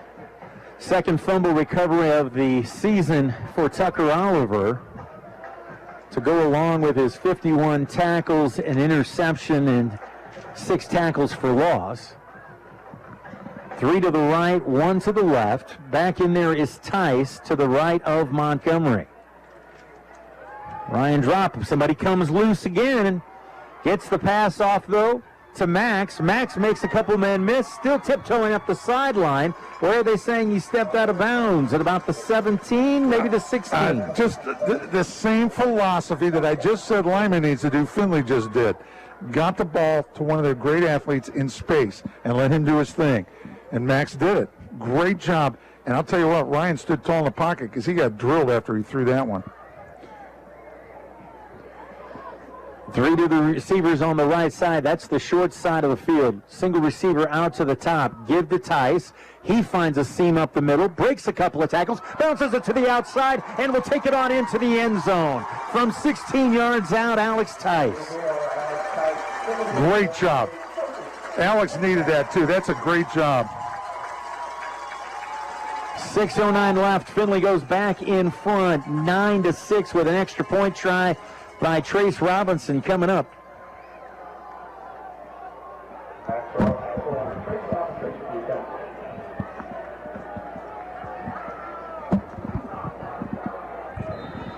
Max is your holder. Snap back, spot down, kick is up. And the kick is good. 6:09 left in the first half. Findlay retakes the lead, 10-6 over Lima Senior. We're back in a moment on 1330 WFIN, WFIN.com, and 95.5 FM. The loss of a pet can be devastating. It's a member of your family. They greet you at the door when you get home from a hectic day. This is Andrew Crates with Coldren Crates Funeral Homes. We know taking care of them after they pass is difficult. With this in mind, we offer simple pet cremation starting at $60. As always, we are here to serve your family in a time of loss. Any time of loss. Visit ColdrenCrates.com for more information. Serving our community, our neighbors, and our friends. The Findlay Trojans, WFIN and 95.5 FM. That's my highlight. Go to WFIN.com and check out all the area scores in real time on our high school scoreboard, presented by Owens Community College. It's in Montgomery Cliff Height. Trojans get a 16-yard touchdown run by Alex Tice and the extra point by Robinson to retake the lead here, 10-6 with 6:09 left. In a game like this, that's exactly what you needed to have done. Just a break, something to change the game. High short one takes a hop and a skip, and a brutal hit. I think that's Hines who came up and played it, and he paid the price. That was Johnson again, wasn't it? Yeah, that was Johnson. He's gotten every kick so far, that Kamar Johnson. He's in that little spot about the 30, and he just got drilled, as you said. So, but a good field position for the Spartans here as they'll start at their own 35. And really, with the exception of that touchdown drive, Trojan defense has controlled this Lima Senior Spartan offense. Well, they've done it with their linebackers especially. They've really come after them, and even their strong safety looks are like what Tucker's playing here. Right now, they've lined Regal and Tucker Oliver both up on the right. They're showing 5 down Findlay right now. Howard goes to his right now. He wants to throw back. Now he's going to scramble, and he's going to be brought down for a loss. A lot of people in on that tackle. It was a great call at the right time that was just, unfortunately for Lima, butchered up by the rush of the Findlay defense. They had a screen to their left side set up, but they couldn't even get the ball off because Findlay just went after the quarterback, which is what you've got to do against a screen. Keep going. Some of them have to keep going. Connor Harp was leading the charge there. 3 receivers to the right, single on the near side. Straight drop by Howard. Look, now he's going to be flush. Throws late, completes it, and it's going to look like it's enough for a first down. But, man, I'm telling you, it looks like handfuls of jerseys all over the place out there, but we are not seeing any laundry on the field. That was Isaiah Russell on the catch, and I'll tell you, if the quarterback can get the ball off towards these receivers, they catch just about everything. Now, if he just sits back and throws it up, then Findlay catches it, you know? Yep. But when he finds somebody, he's getting the ball there. 1st and 10 from their own 46. A back on either side of Howard, wide out each way. Straight drop, throws a little screen out here to Kamar Johnson on the near side. He'll try to tuck it back towards the middle, avoids one man, and gets it across midfield and about to the Trojan 48. A lot of work for just a 7-yard gain, but it was fairly well executed. Johnson did a good job on the run. after catch. He lost his shoe. Gets it to the Trojan 49. Call it a 5-yard pickup. 2nd and 5 coming up. That was a good play. Lima understands that Findlay's bringing the farm, and so the screen is a good idea if you have time to get it off. That time they did. 3 to the right, single to the left. Keeps Johnson in, and now puts him to his right, does Howard. Back look, throws over the top, and intercepted again. This time it's Tucker Oliver with the pick. 3 interceptions here on the game. And to be honest, all 3 of them are nowhere as close to being anything except an interception. Well, I've said that. His passes that are deep, that are floaters, have gone to Trojans. I mean, it's like he's throwing to the Findlay guys. That all 3 have been easy picks. I mean, easy picks. Yep. And that's what it is. I mean, I don't mean to be brutal. Well, in all 3 cases, the defensive backs have time to look to see if there's anybody getting ready to hit them and before they jump up and make the catch. I'm expecting one of them to wave for a fair catch here pretty soon. I shouldn't say that, but they've been floaters, and the floaters haven't worked. 4 receivers, 2 to each side. Fake the give, roll out to the near side. That's Roth in the Wildcat formation this time, and that's got to be 15. And again, no flag. He pulled him down 5 yards out of bounds. I have no idea what these officials are watching.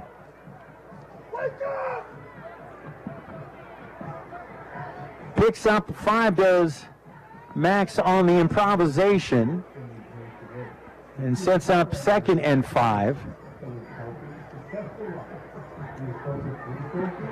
Now Ryan's back in at quarterback. Yep, 3 receivers to the right, single out to the top. That's the wide side of the field. He's got it all day.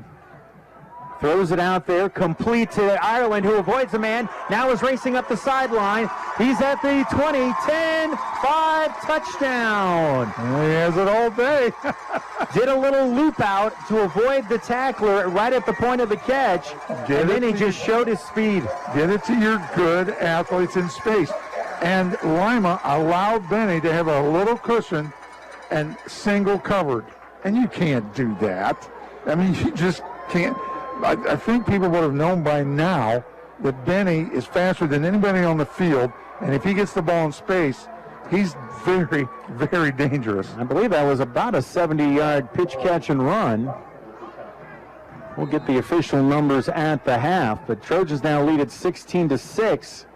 Extra point try coming. The kick is up, and the kick is good. 3:36 left in the first half, and the Trojans have went down 3 to up 11, 17-6. Back in a moment on WFIN.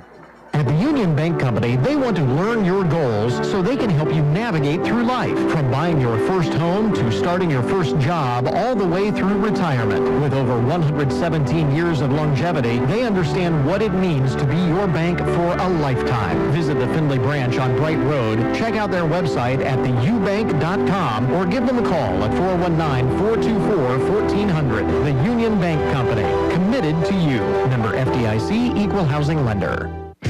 I'm Cliff Height, and this is the home of the Trojans, 1330 WFIN, WFIN.com, and 95.5 FM.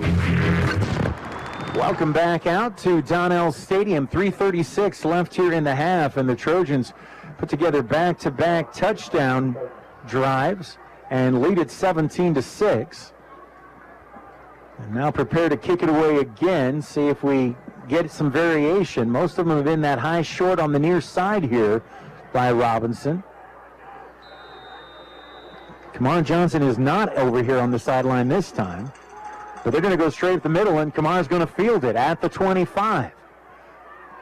Finds a little seam, gets it out and across the 40-yard line, and that's where the Spartans will go 1st and 10. You know who made the tackle on that? Sammy Wyra. There you go. On the kickoff. Sammy knows where the ball is. My goodness. I feel like there's a promo there. I think Sam knows where the ball is. Yeah, I think there is too. So 1st and 10 for the Spartans, who fumbled it and 3 interceptions. Well, they've been their own worst enemy on offense. And when they get the ball to the right guys in space, they're good. 3 to the near side, 1 up top. Pump fake, now flushed and dropped for a sack. Treft is at the bottom of it. He's going to get the credit. I'd call that a sack, Tim. Yep, I would. 2-3 yards deep. Call it a loss of 2. So 2nd and 12, and that gets the student section fired up. You know, since the cross fumble and scoop by Tucker, this game has completely changed. Momentum-wise, field position, everything. Everything has changed because of that one play. 2 receivers to each side. Back to the right. Back looks, throws out here on the near side, and that's incomplete. That skipped in there. Was trying to get it to Cecil Benton. But Terry and Ross jumped that route and almost, and I say almost, but almost got there in time to pick that off for a pick 6. So 3rd down and 12. I don't think Lima has the offense to be able to come from behind if they get further behind than they are now. It just, unless they get a break with a good receiver catch, or I don't think they're even going to get a breakaway run by these 2 guys in the backfield. I think it's going to have to be a punt return, a kick return, or one of their receivers just catching it deep. DJ Clark here on the near side. Findlay brings pressure off the left side. Howard gets away from him. He's got space to run. He decides to pull up and throw, and boy, that was really close to the line of scrimmage, but the official says he was behind it when he let go of the football. If you're going to do that, then throw it to the guy that's open. He threw it towards him, but it wasn't even close. So that was just like a panic pass right there, Tim. That was not well executed. So 4th and 12, another punt opportunity. Again, Isaiah Funches Foster back there to do it. Ireland standing around his own 40. He might be a little too close. Isn't it weird how just a couple plays can completely change a team's attitude? Because Lima right now is just not acting like they were.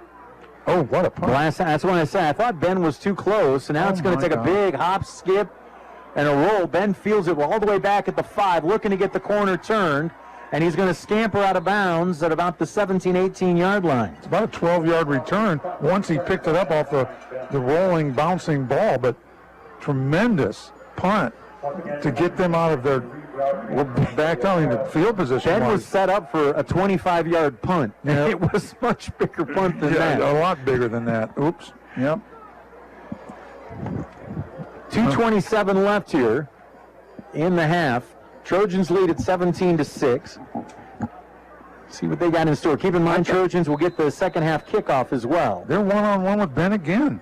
Cluster of 3 on the near side, and as you said, Ben by himself up at the top. I don't know why. They're not even rotating the safety. There's nobody over the side. top. There's nobody over the top. Give Tice, and he looks to turn it up and is forced out of bounds. The aforementioned Mr. Funches Foster there to make sure he goes out of bounds, close to a first down. At least it is enough for the first down. Tim, if the Trojans want to score before the half, they've got the opportunity with Benny Ireland. Well, now it's Justin. Justin's one-on-one at the top, and they've got Benny over there too. And I don't know how they're going to bracket those guys and stop them. I just don't. That was a Hanneman Funeral Home first down. Handoff goes up the middle and takes it across the 35 to the 36. A flag was thrown at the end of that. Face mask, maybe? Maybe. Because his head went down. Oh, they're saying, yeah, it's against Lima because they're backing up. 5-yard face. I thought they got rid of that in high school. I did too. And I thought they did too. Well, takes it out to the 40 after the penalty is added on, and that's enough for another Hanneman Funeral Home first down. Mentioned it. They've given up 62 first downs via the penalty. Have Lima Senior this year coming into this game. Man comes loose. Oh, Ryan got plugged. It's going to ball incomplete. A flag is going to go in the backfield. It was helmet to helmet. That's why. They're going to say roughing the passer. It wasn't, but it might have been contact to the helmet. I think what it is he kind of launched, and I think that's what you're talking about, Coach. And then it ends up being helmet to helmet because he kind of launched himself at him. That should have been intercepted. Lima blew a big opportunity. Well, it wouldn't matter. Roughing the passer wouldn't make any difference.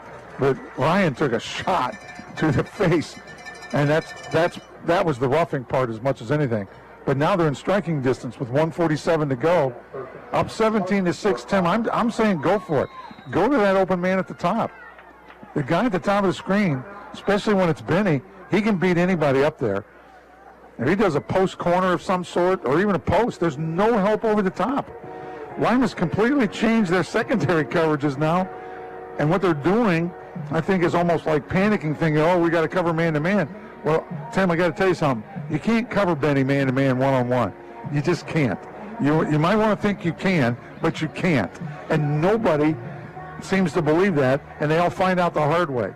Ask St. John's last year. Ask other teams this year. I mean, when he was a sophomore even.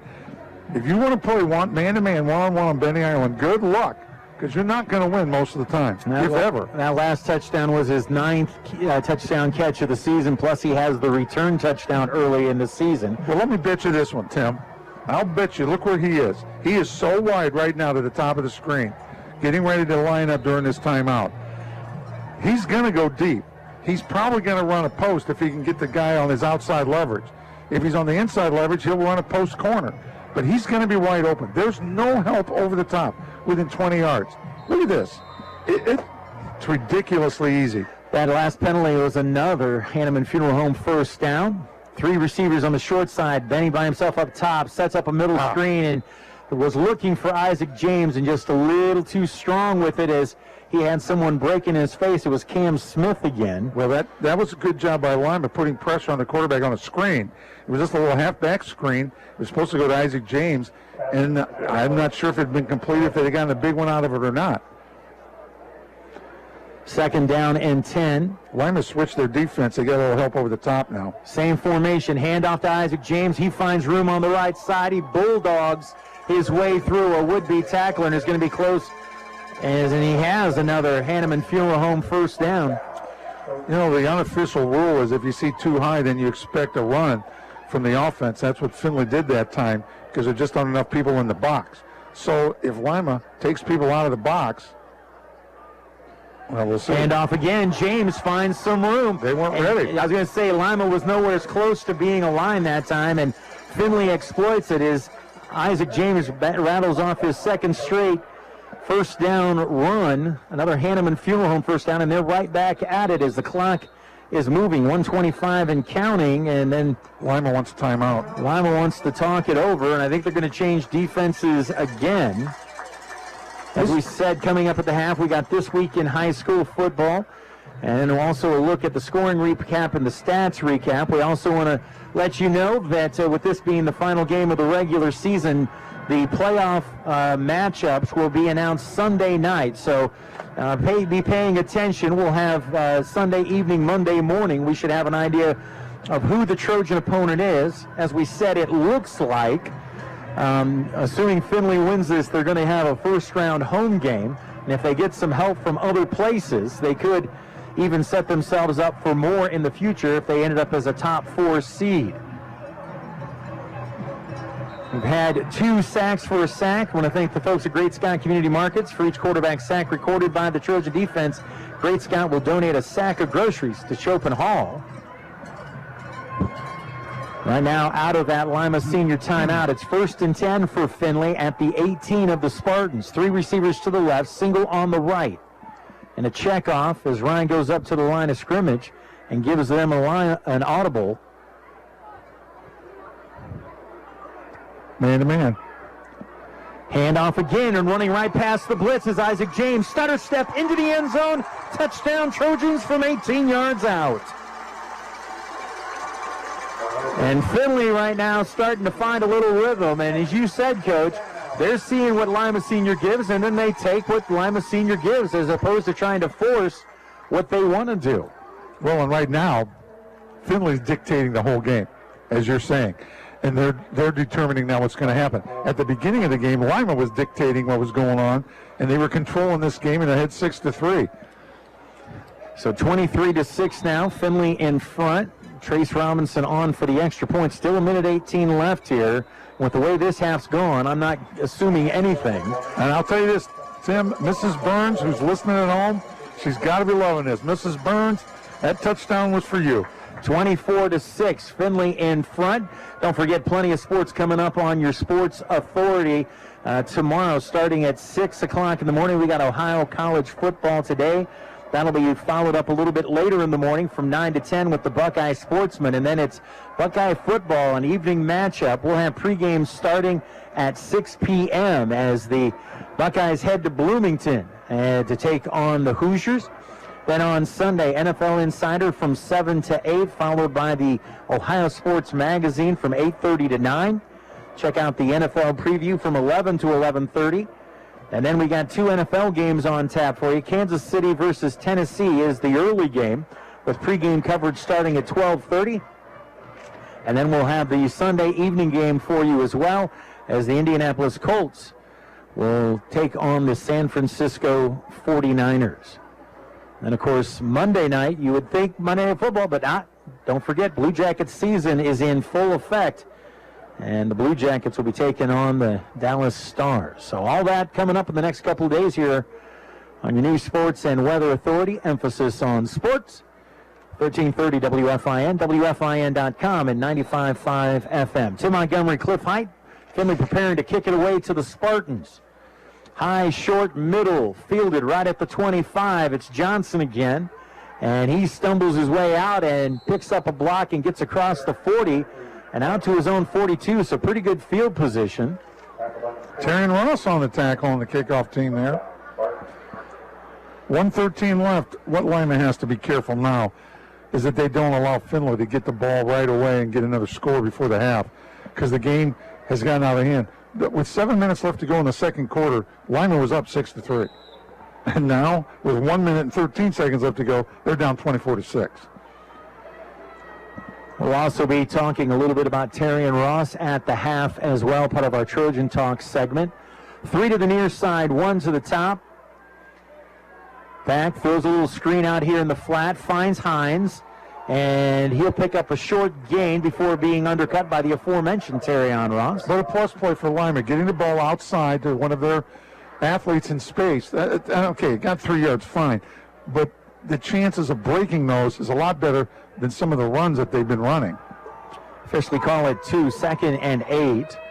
Put 3 receivers to the right, single receiver to the near side. It looks like DJ Clark out here closest to us. Howard with the back to his right. Straight drop, looks, throws across the middle and overthrew his target. And he was open. Was looking for Isaiah Russell. That was Russell. Russell does get open, but quarterback just missed him. I mean, he just missed him. Well, after 3 interceptions, he's got a little bit of a happy feet back there, and you can't necessarily blame the young man. But Findlay had a 3-man rush and put pressure on him, and that's when it gets to be almost sad for your offensive lineman when that happens. The incompletion stops the clock at 35 seconds. See, this is a 3rd and 8. Yeah, and Findlay has 2 timeouts, so keep an eye on this situation. So if they force him into a 4th down, they'll bring the house on the punt. Or hope that Benny can return it for a touchdown. 3 to the right, 1 to the left. Blitz comes up the middle, pressure in his face, gets rid of it to Johnson.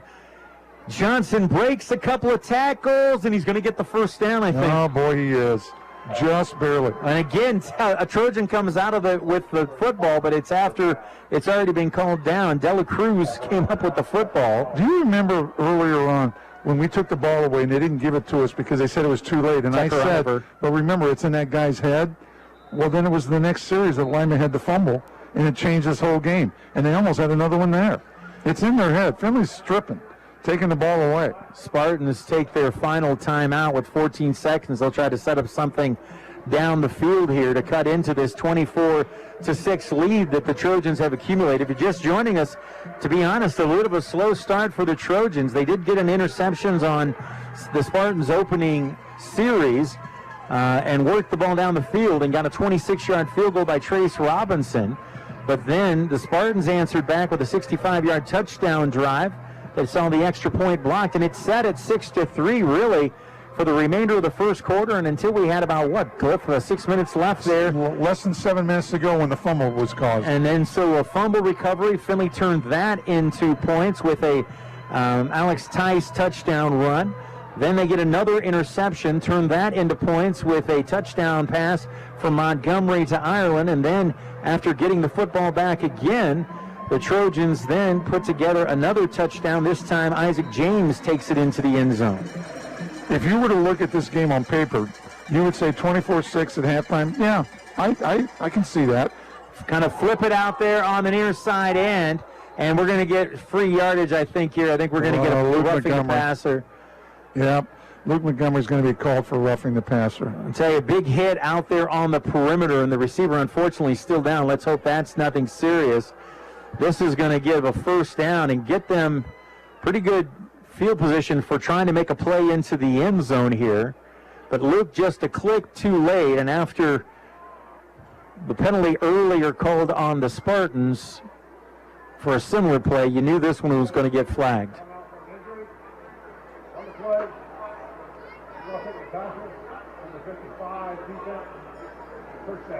So, and we'll get Luke.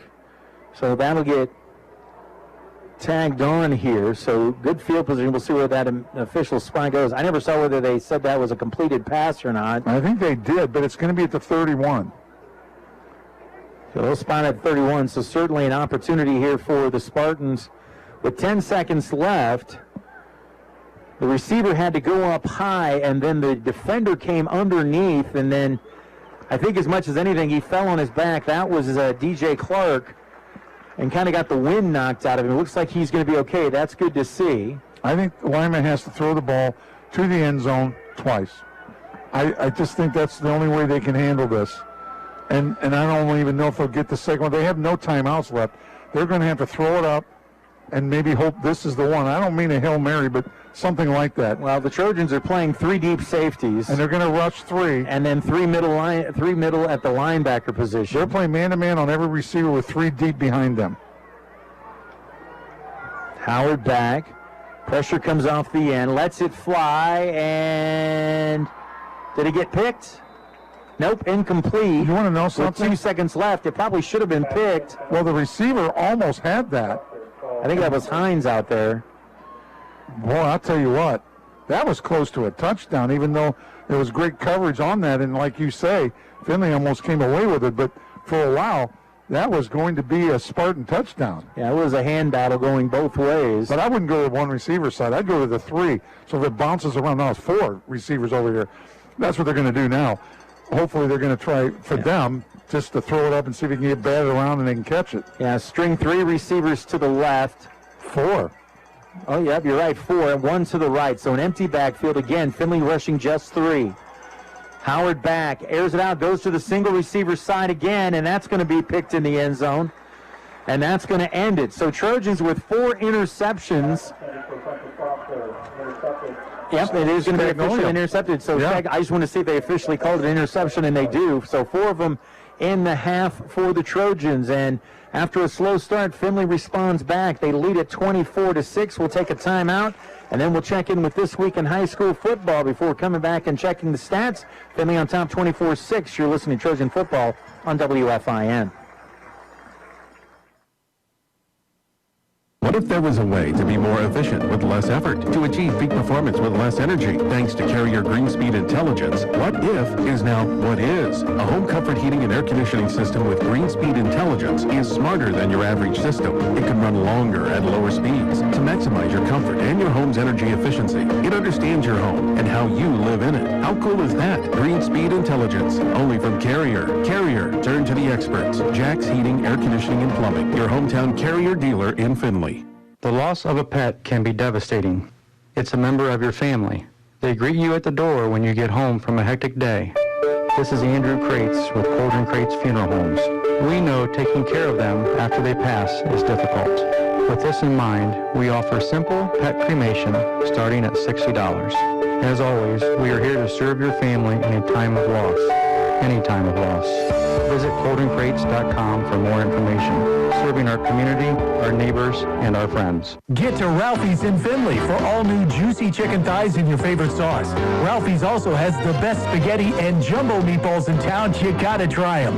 Order and pay for your carryout at ralphie's.com, and they'll have it hot and fresh when you pick it up. And don't forget beer buckets every day, all day for only $12. Plus free Wi-Fi and more. Ralphie's, 730 West Trenton Avenue, Findlay. Bring yourself to Ralphie's. Yes, that's good. You're listening to Trojan Football on 1330 WFIN, WFIN.com, and 95.5 FM.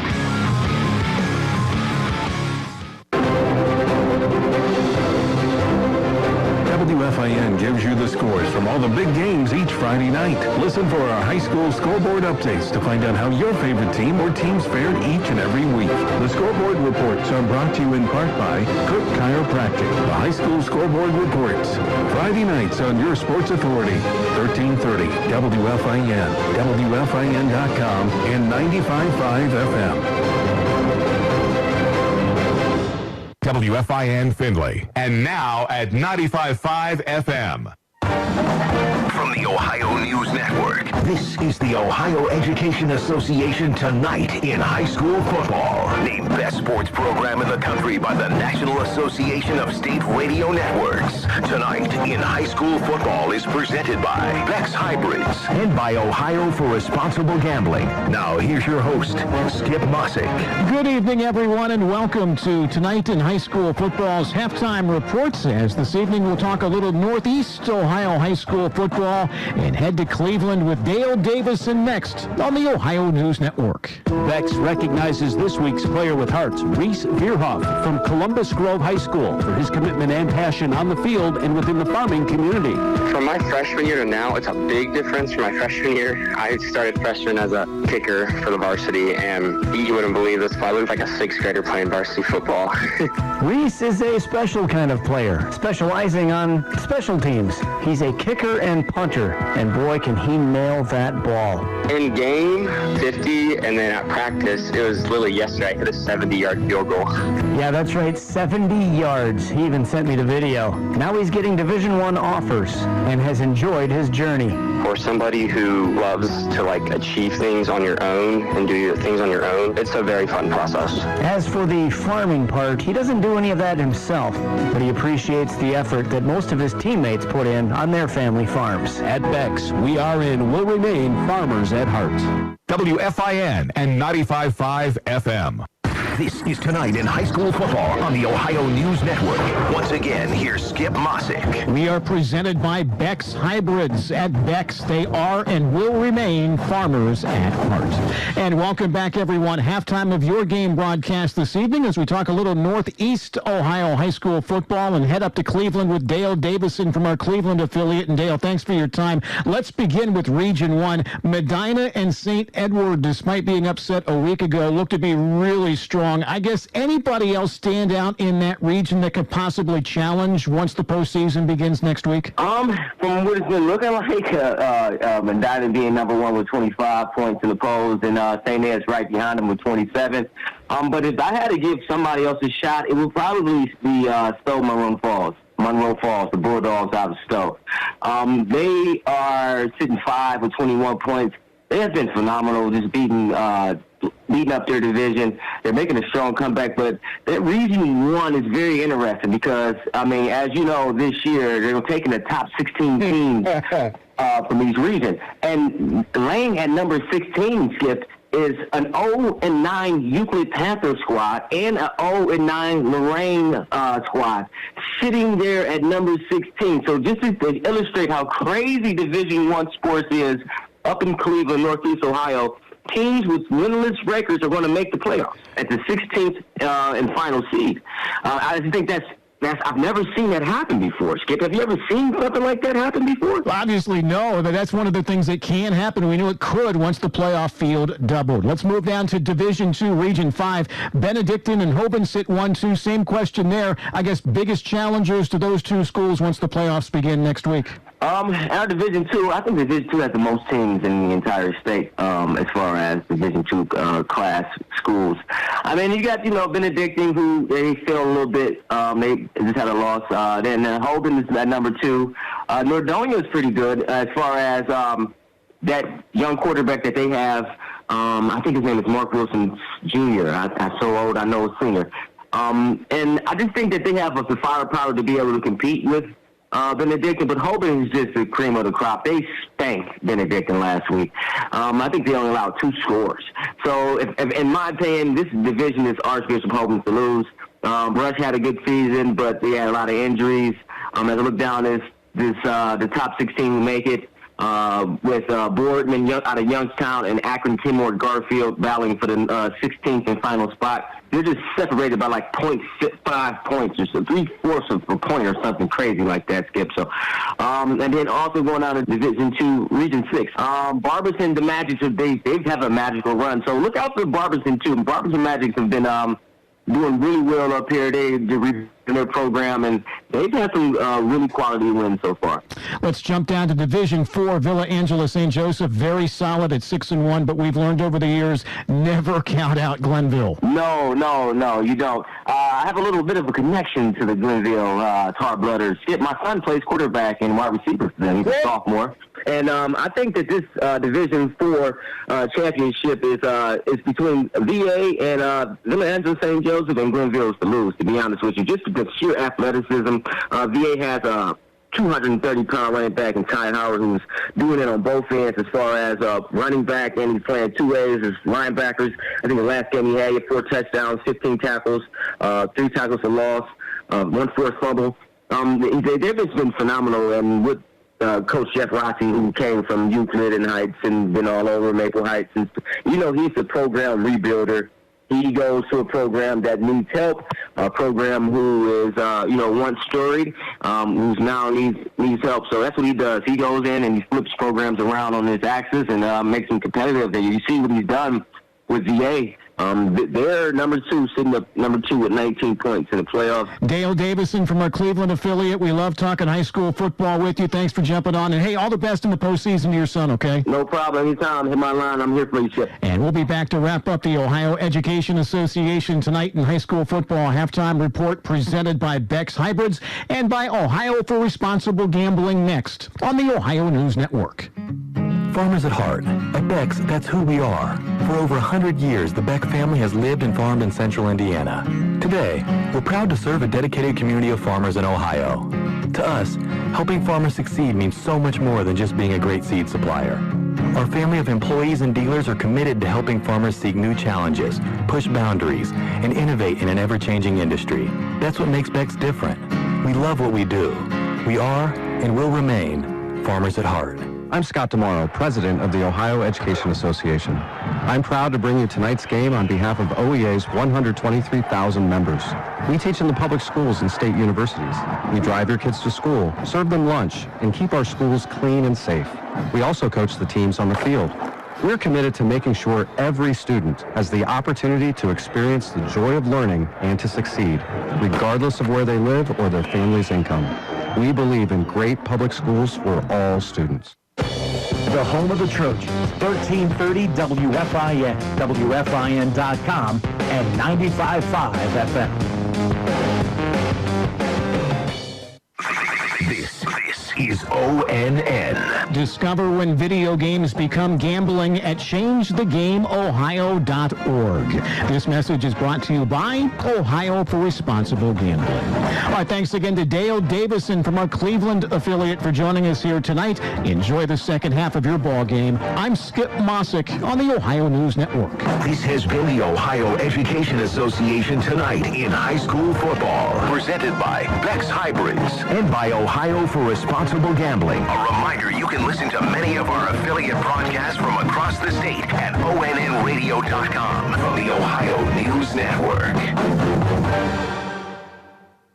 We're Blanchard Valley Medical Associates offers comprehensive dermatology care. 6 expert providers in general dermatology, dermatological surgery, and cosmetic services. For more information on dermatology at Blanchard Valley Medical, go to bbma.com. Instead of mourning a death, we really needed to celebrate this beautiful life. From the day we met at Hanneman Funeral Home, Drew really made a point to find out what Todd was about. Drew even let us bring Todd's truck and put it right where everybody walks in. Beautiful touch.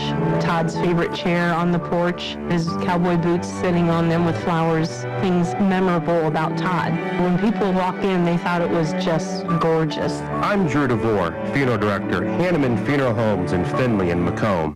What's up? This is Riley. And a little thing I love about the Chick-fil-A Grilled Chicken Club sandwich is the applewood bacon. It's savory, and then it's also kind of sweet. And I think the combination of bacon with chicken and Colby Jack cheese, it just really knocks it out of the park. Hey, I'm Tanea. A little thing I love about the Chick-fil-A Grilled Chicken Club sandwich is the chicken. It's so juicy. It's grilled to perfection. I'm going to devour this sandwich. Order the Grilled Chicken Club sandwich on the Chick-fil-A app today. Real guests paid for their testimonials. WFIN, home of the Findlay Trojans. Welcome back out to Donnell Stadium. We are at the half of the Northwest Ohio Orthopedic Express Clinic's halftime show. Tim Montgomery, Cliff Hyatt, the Trojans in front 24-6 at the half. And let's go ahead and talk about how we got to those halftime numbers. Interception by the Trojans on the Spartans' opening drive, and then the Findlay Trojans put together a 9-play, 33-yard drive that took 2 minutes and 3 seconds, capped off with a 28-yard field goal by Trace Robinson. Findlay had the early 3-0 lead, but then answering back with a 6+ minute drive where the Lima Spartans, Kamar Johnson takes it in from the final 2 yards out, and 16-play drive that gets them on the scoreboard. The extra point attempt, though, was blocked by the Trojans, and it was 6-3 with 2:06 left in the third. And it stayed that way for a long time until the Trojans, and again, in between this time, we had exchange of interceptions, a turnover on downs, a lot of things going back and forth between both teams before Findlay was finally able to recover a fumble and then turn that into a drive, a 16-yard touchdown run by Alexander Tice. A 2-play, 30-yard drive that took just 17 seconds.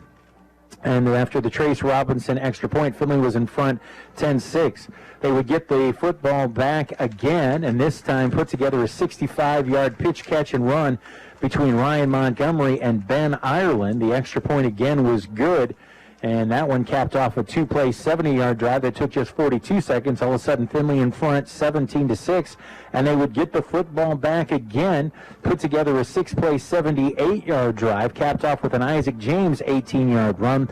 The Robinson kick was good, and that's what gets us to our halftime score of 24-6. And keep in mind, the Trojans will be receiving that second half kickoff. Take a look at some of the team numbers. Findlay dominating the first downs, 14-7 of those Hanneman Funeral Home first downs for Findlay in that first half. But interestingly enough, though, Findlay 0 for 5 on third down. The Spartans just 2 of 7 in that category, but Findlay is 1 for 1 on fourth down on the day. Findlay 104 yards rushing on 14 carries, meanwhile 89 yards passing on 16 attempts for Ryan Montgomery. Take a look at the opposite numbers. 17 carries for 29 yards for the Spartans, 21 pass attempts for 57 yards for the Spartans. So when you look at that, total yards, just 84 total offensive yards for the Spartans. Findlay 187 in that first half. Take a look at some others. Kamar Johnson leading the way on the ground for the Spartans with 18 yards. It's 72 yards for Isaac James leading Findlay. Tice adds in 27 of his own. We mentioned the passing numbers, 7 of 21 for Howard for 57 yards and 4 interceptions in that first half. The other side, Montgomery, a very modest 6 of 16 for 98 yards, 1 touchdown, 1 interception for him. Leading target for Findlay, Ben Ireland. He has 11 receptions for, no, that's not 11 targets, 3 receptions for 70 yards and a touchdown on the day, leading the way for Findlay in that category. Take a look at the defensive side of things. And Findlay's defense really is the reason this is a 24-6 game. They created turnovers, they've created opportunities, and they have really stymied the efforts of the Spartans in that first half. And a lot of guys, Sammy Wyrau as usual leading the charge. He has 6 total tackles in that first half. Ashton Yeager, he has 4 for Regal, 3 for Cam Stagnolia, 2 for Connor Harp.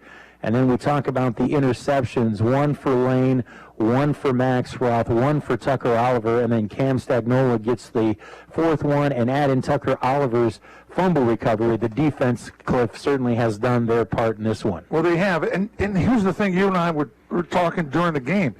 It's 6-3, and Lima has the ball after the turnover against James. And Lima has a chance maybe to run out the clock and go up ahead 6-3 or maybe even more, and then the fumble hits and changes the whole course of that second quarter. 4:19 left here in the halftime. We're going to go ahead and take our final timeout. When we come back, we're going to talk a little bit more about Terrion Ross and the special thing he did to make some special memories for some people and to include some people who sometimes get left out of the process. Findlay on top 24-6, back in a moment on WFIN.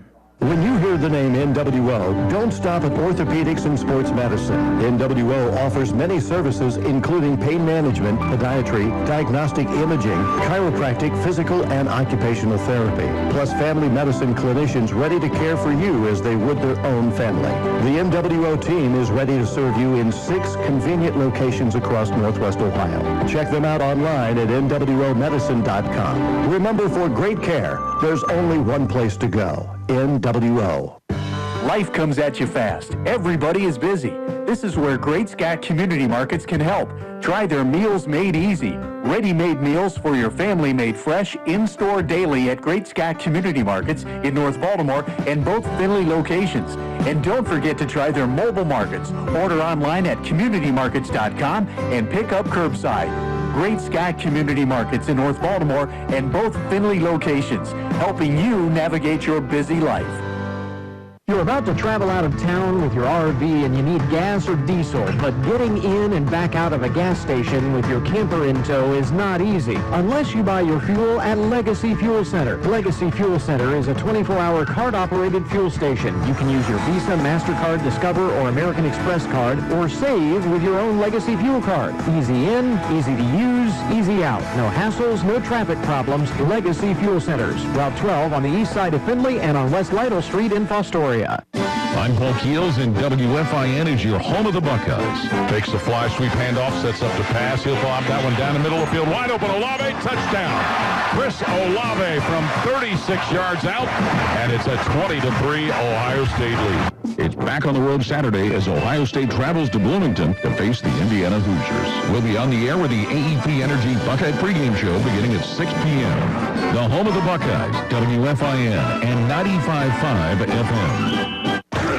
This is head coach Stephen Adams, and you're listening to the home of the Trojans. 1330 WFIN, WFIN.com, and 95.5 FM. Welcome back out to Donnell Stadium, and you're listening to the Northwest Ohio Orthopedics Express Clinic's halftime show. Tim Montgomery, Cliff Height, 24-6. Trojans on top. And, Coach, I talked a little bit about in the pregame with Coach, and then we talked about a little bit in the middle of that first half. Terrion Ross did a really neat thing to include people, and that is he sent out a special email to the special ed teachers at Findlay High School and put out a personal invitation to all of those students to come to tonight's game. They got to stand down on the sideline. Some of them are still down there right now on the far side there. And, during warm-ups, and they got to, hand out water bottles to the players during warm-ups and talk with them, and really a special opportunity to include people. And I just wanted to share some of this. I got a chance to talk to Terrion earlier in the week, and first I asked him about his idea and what he wanted to get accomplished with this. The email I sent out was basically to get everyone in the school included, and we're going to have the students in special education come stand with us on the sideline and have some fun, because most kids love to come to the football games, and I just wanted to make sure everyone was included and they could have fun too. Which is just really special. And, of course, obviously I have a special feeling about this. My daughter is one of those students who was down there this evening and enjoying that. And I asked him how he came about the idea of doing this and enacting this idea. And this talks about the leadership program that they have going on at Findlay High School right now. I'm in the leadership class, and we were supposed to come up with ideas. So my idea was we have our last home football game, and I want everyone there. And I just thought that if everyone in the school could come, it would be a lot more fun for everyone. And we can get them there, get them shirts, let them have some fun, and just go from there. And the kids were included in the blackout T-shirts and just got to have a lot of fun, the free admission. And one of the last things I asked Terrion about was about the atmosphere that this team has and about what Coach Adams is trying to create there and the part that played in his. And here's one of the last things Terrion had to say. He just calls us a family. He wants everyone to stick together. They're all my brothers. They're all family. The fans are family to us too. They come and support us. So why not help? Why not make everyone in this city family? And that all goes in with this all in. Now I want to be clear about this. Stephen Adams is not the first Findlay High School coach to do special things and encourage his student athletes to do special things. You did things like this when you were the head coach. Mark Ritzler, I know firsthand, did several things like this. We talked about some of them earlier in the season. I'm not saying that's special need, but you do like this attitude, and it's part of that all-in that Coach has talked about several times with both of us, and that is having all in as far as the community, the school. Everyone's a part of this, and everybody, it feeds to everybody else in that. And you know, Tim, when I noticed it was on Midnight Madness, he got the entire town involved, and a lot of people stayed till real late at night just to watch it. Guys running around in their underwear pretty much. You know, you're in your skivvies, you're not in full pads. Yeah, it's the first day of 2 days, but a lot of people stuck around, and they did all these different activities to get people involved in field goal tries and all kinds of things. And the town was involved. And that's what Stefan wants to do, and he's done it, I think, better than really anybody. I really believe that. I'm including myself by far. I think he's got people buying into this program in ways that I haven't seen in a long time. I mean, the crowd, he's got the team, they end every game by singing the alma mater, the two of the 70 that know the words, with the band after each game, but the guys are all there. And they're making this a whole community thing, and with the other sports. And I remember at times when, the soccer guys used to come to all of our football games in special outfits, and our guys would go to the soccer games and be a raucous crowd and all those kind of things. And there was a lot of camaraderie there. But I think it's even better now. I mean, with the student section, so much better this year than I've seen in years and years and years. And they're doing different things, And I was giving Perrysburg a lot of credit for what they were doing up there. Well, Findlay's doing it here, and that's great to see. I love to see that kind of stuff. The other thing that stuck out to me about all of this was the idea of something that Coach talks a lot about. Yes, you want to win football games. Yes, you want to do well. You want to make the playoffs. You want to excel in the playoffs. You want to get stats. But the other thing is you want to create good people. You want to create good citizens. And what Terrion did here is going to have a long-lasting effect on a lot of people, including himself, I think, as he moves forward in life. Well, think about when we had some of those unsportsmanlike conduct penalties up at Clay. Coach was very upset by that. He said, that's not what we are. And he said, we got to change that. And that's what he's working on, to try to change any of the negative possible attitudes into positive things. And really, he's got the great attitude. I love the guy as a coach. I think he's doing a great job. He's got a good staff out here. He's got a bunch of kids that have bought into the program. And look what the results have been. 4 games in a row now, victories, possible 5, right? And then playoffs here at home, all this. And really, if Findlay gets a good return here and a good series, I'm not even jinxing them by saying I think they're pretty much going to win this game tonight and then get ready for the next big one here in the playoffs. All right, you've been listening to Northwest Ohio Orthopedics Express Clinic halftime show. Just about ready to get our second half underway. Trojans leading at 24-6. They'll be receiving this kickoff. And again, one man back deep is Benny Ireland, and then you see the 2 Roths on either side. They are going to kick away. Ben is going to field it at the 11. It's going to bring to the near side. Now cuts it back to the middle. Now finds a little seam, takes it across the 30 and out to about the 33. Good solid return. But it was the most un-Benny-like return I've seen all year. Usually he just takes it and goes 100, 100%, full speed, north and south as fast as they can. He was dancing, trying to find the hole there a little bit, and maybe he had to, but that was not normal for him. I expected a bigger return than that even. So a very, really, to be honest, conservative first half for the Trojans offensively. And see what adjustments get made. One of the things the Trojans have done very well is make halftime adjustments. 3 receivers to the near side, 1 to the top. James is the back in, and right now he's to Ryan's right. Little audible eyes. Now he'll step back into position with the freshman quarterback. Takes the snap, drop, airs it out, wants the long ball, and complete.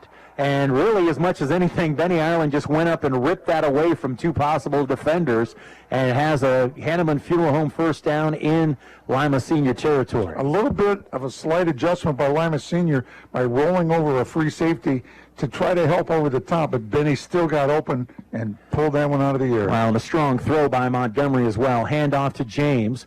Started it to the right, brings it back to the middle, and pushes out for about a 5-yard pickup near the 42-yard line of the Spartans. Tim, you ought to send that to a Monday Night Football and see if that'll qualify for You Got Mossed. 3 to the right, 1 to the left. And again, Montgomery will check off.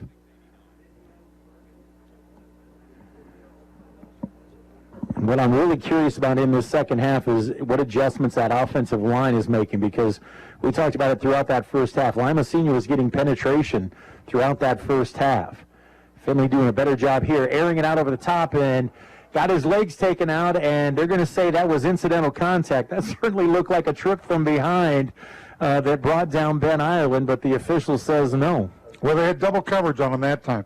So Findlay's almost forcing something into an area that at the end of the first half, it was wide open. It is not now. Benny was covered the first time and just plucked it out of the air, and that time, well, he got tripped. So 3rd down and 5 now for Findlay. Probably 4-down territory here. 2 to each side are the receivers. Fake the give, rolls out, throws, and just a little high and wide. Was looking for Terrion Ross, and incomplete. No, they're going to go for it. No, they're not. They brought out the punt team. I think they're going to bring out the punt team. We'll see how that plays out on 4th and 5 at the 42 here. You're starting to sound like me, Tim. You don't think that Max is going to punt this? He'll be looking for the run. Now, I don't know if he'll do it, but he'll be looking for it. You got Sammy Weirauer's his up man protection on the right. Gunners on each side, and he's going to punt it. And he hangs an angler, takes a hop, a skip, and a roll. And inside the 5, continuing to wobble down to about the 3. And that's where they'll down it. Good punt by Max. He's been solid all season long in that capacity. So Findlay decides with an 18-point lead. Don't want to gamble anything here on 4th down. And understandable considering the way their defense has controlled this game to this point. Last time Lyman was in this situation, in fact, it wasn't this bad. They threw that, I don't know, lollipop ball up to, and Findlay was able to intercept it because there was nobody there except Findlay guys. I wonder if they're going to try to pass to get out of here now. Just underway here in the second half. 10:35 left in the third quarter. Trojans on top, 24-6 on our Jack's Heating, Air Conditioning, and Plumbing scoreboard. 1 wide out to each side. Extra tight end in there. Quarterback's going to keep and just try to burrow his way out. Going to get to about the 4, maybe a yard.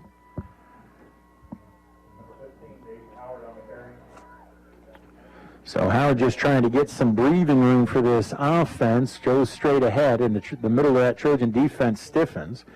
Take a look at some other scores from around the area. Pandora Gilboa on top of Corey Ross and 52-0 at the half. Macomb up on Liberty Benton, 26-0. Ooh, there. Wow.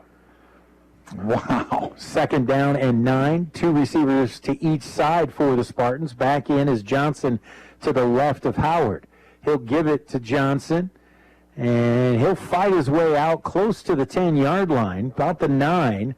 It's going to bring up a 3rd down and about 4 here.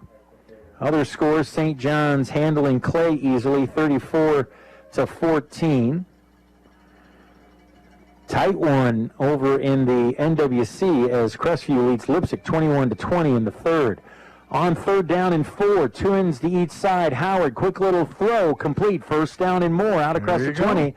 The Trojans that time are the ones who gave up the big cushion on the near side, and the Spartans took advantage of it. Yeah, 10-yard hitch for a first down. Good job by Lima executing, getting the ball to their athletes in space. That's what they're going to have to do if they want to get back into this. Central Catholic all over St. Francis, 35-7 in the second. Allen East having their way with the Ada Bulldogs, 35-6. And Findlay needs Fremont to beat Whitmer tonight to be elevated into the top 4 in the region. 2 to each side. Handoff on the power sweep action to Hines, and he gets cut down after about a 4-yard pickup to the 25-yard line. You don't have that one yet, do you? That score? No, I don't see it on the... We'll keep on checking the scoreboard here, but nothing posted on it yet. Second down and 6. OG having their way with Kenton at the half, 34-0. Been a rough year for Kenton this year. Oh, there's a score. Whitmer on top of Fremont Ross, 28-7. 28-7, yeah, okay. But again, bring the man in motion on the jet, bring it back the other direction, cuts it back to the inside. Harp and company there to snuff it out after a short pickup. It's a good idea for Lima, again, with the guy in motion, to get the ball to one of the athletes and try to get him into space. But there isn't a lot of space. Findlay is doing a great job of filling the gaps, and just there's nowhere to go. Big down here for Lima. They got to get something going, or they're in big trouble, and they know it. So on third down and 4, 2 to each side. Trojans playing a little bit tighter coverage on the near side. Quick little throw out in the flat and incomplete. Not able to hold on. Good pressure being put on. Donovan Harris there to put the lick on, and Sammy Wyrow there just in case. And it looks like Lima's going to punt it away, and I'll bet you Ben Ireland is a little deeper this time. He's right now lined up about his own 40, which is a little bit closer, but I got to be honest, I think Ben should go back another 5. That's just my opinion right now. Well, he got burnt badly the last time. You know that. So Funchess Foster, Isaiah Funchess Foster, back to put the foot to this one. That's a name right out of a novel. Hangs a high short one this time, so he goes opposite on Ben this time. Booted it over him the first time, left it short this time, and it'll wobble and down at about the Trojan 38-yard line. So right now, Ben thinking he can't win for losing in that decision. So 1st and 10 for the Trojan offense. Each team has had a possession here in the second half, and no change to the scoreboard on the Jack's Heating, Air Conditioning, and Plumbing scoreboard. 24-6, Findlay on top. Final game of the regular season. We've already documented earlier in the season that once Findlay hit 5 games, they were essentially in the playoffs. The question is, where are they going to land? Currently in that 5 spot. 2 receivers to each side. Handoff goes up the middle. James finds a seam, bursts through inside the 40, and then finally pulled down around the 35. Was just getting ready to hit the extra gear when somebody got a little bit of angle and pulled him down, but another Hanneman Funeral Home first down for the Trojans. Tremendous run by Isaac. Great hole by the lineman up front. Well, that's got to put him over 100. Handoff again and come right back to Isaac James. He's still moving. And they hadn't even got the sticks placed yet. And now they do. And so now we get the idea that it's about an 8 or 9 yard pickup by James. And he's coming off holding his hand. Let's hope that's nothing serious. 2nd and 1 after the 9 yard pickup. 2 receivers to each side. Tice comes in. Late man substitutes in for the Spartans.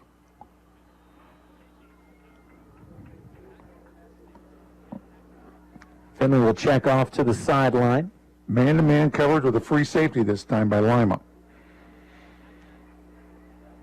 Hand off to Tice. Oh, he got the first down, but he took a pop for it along the way.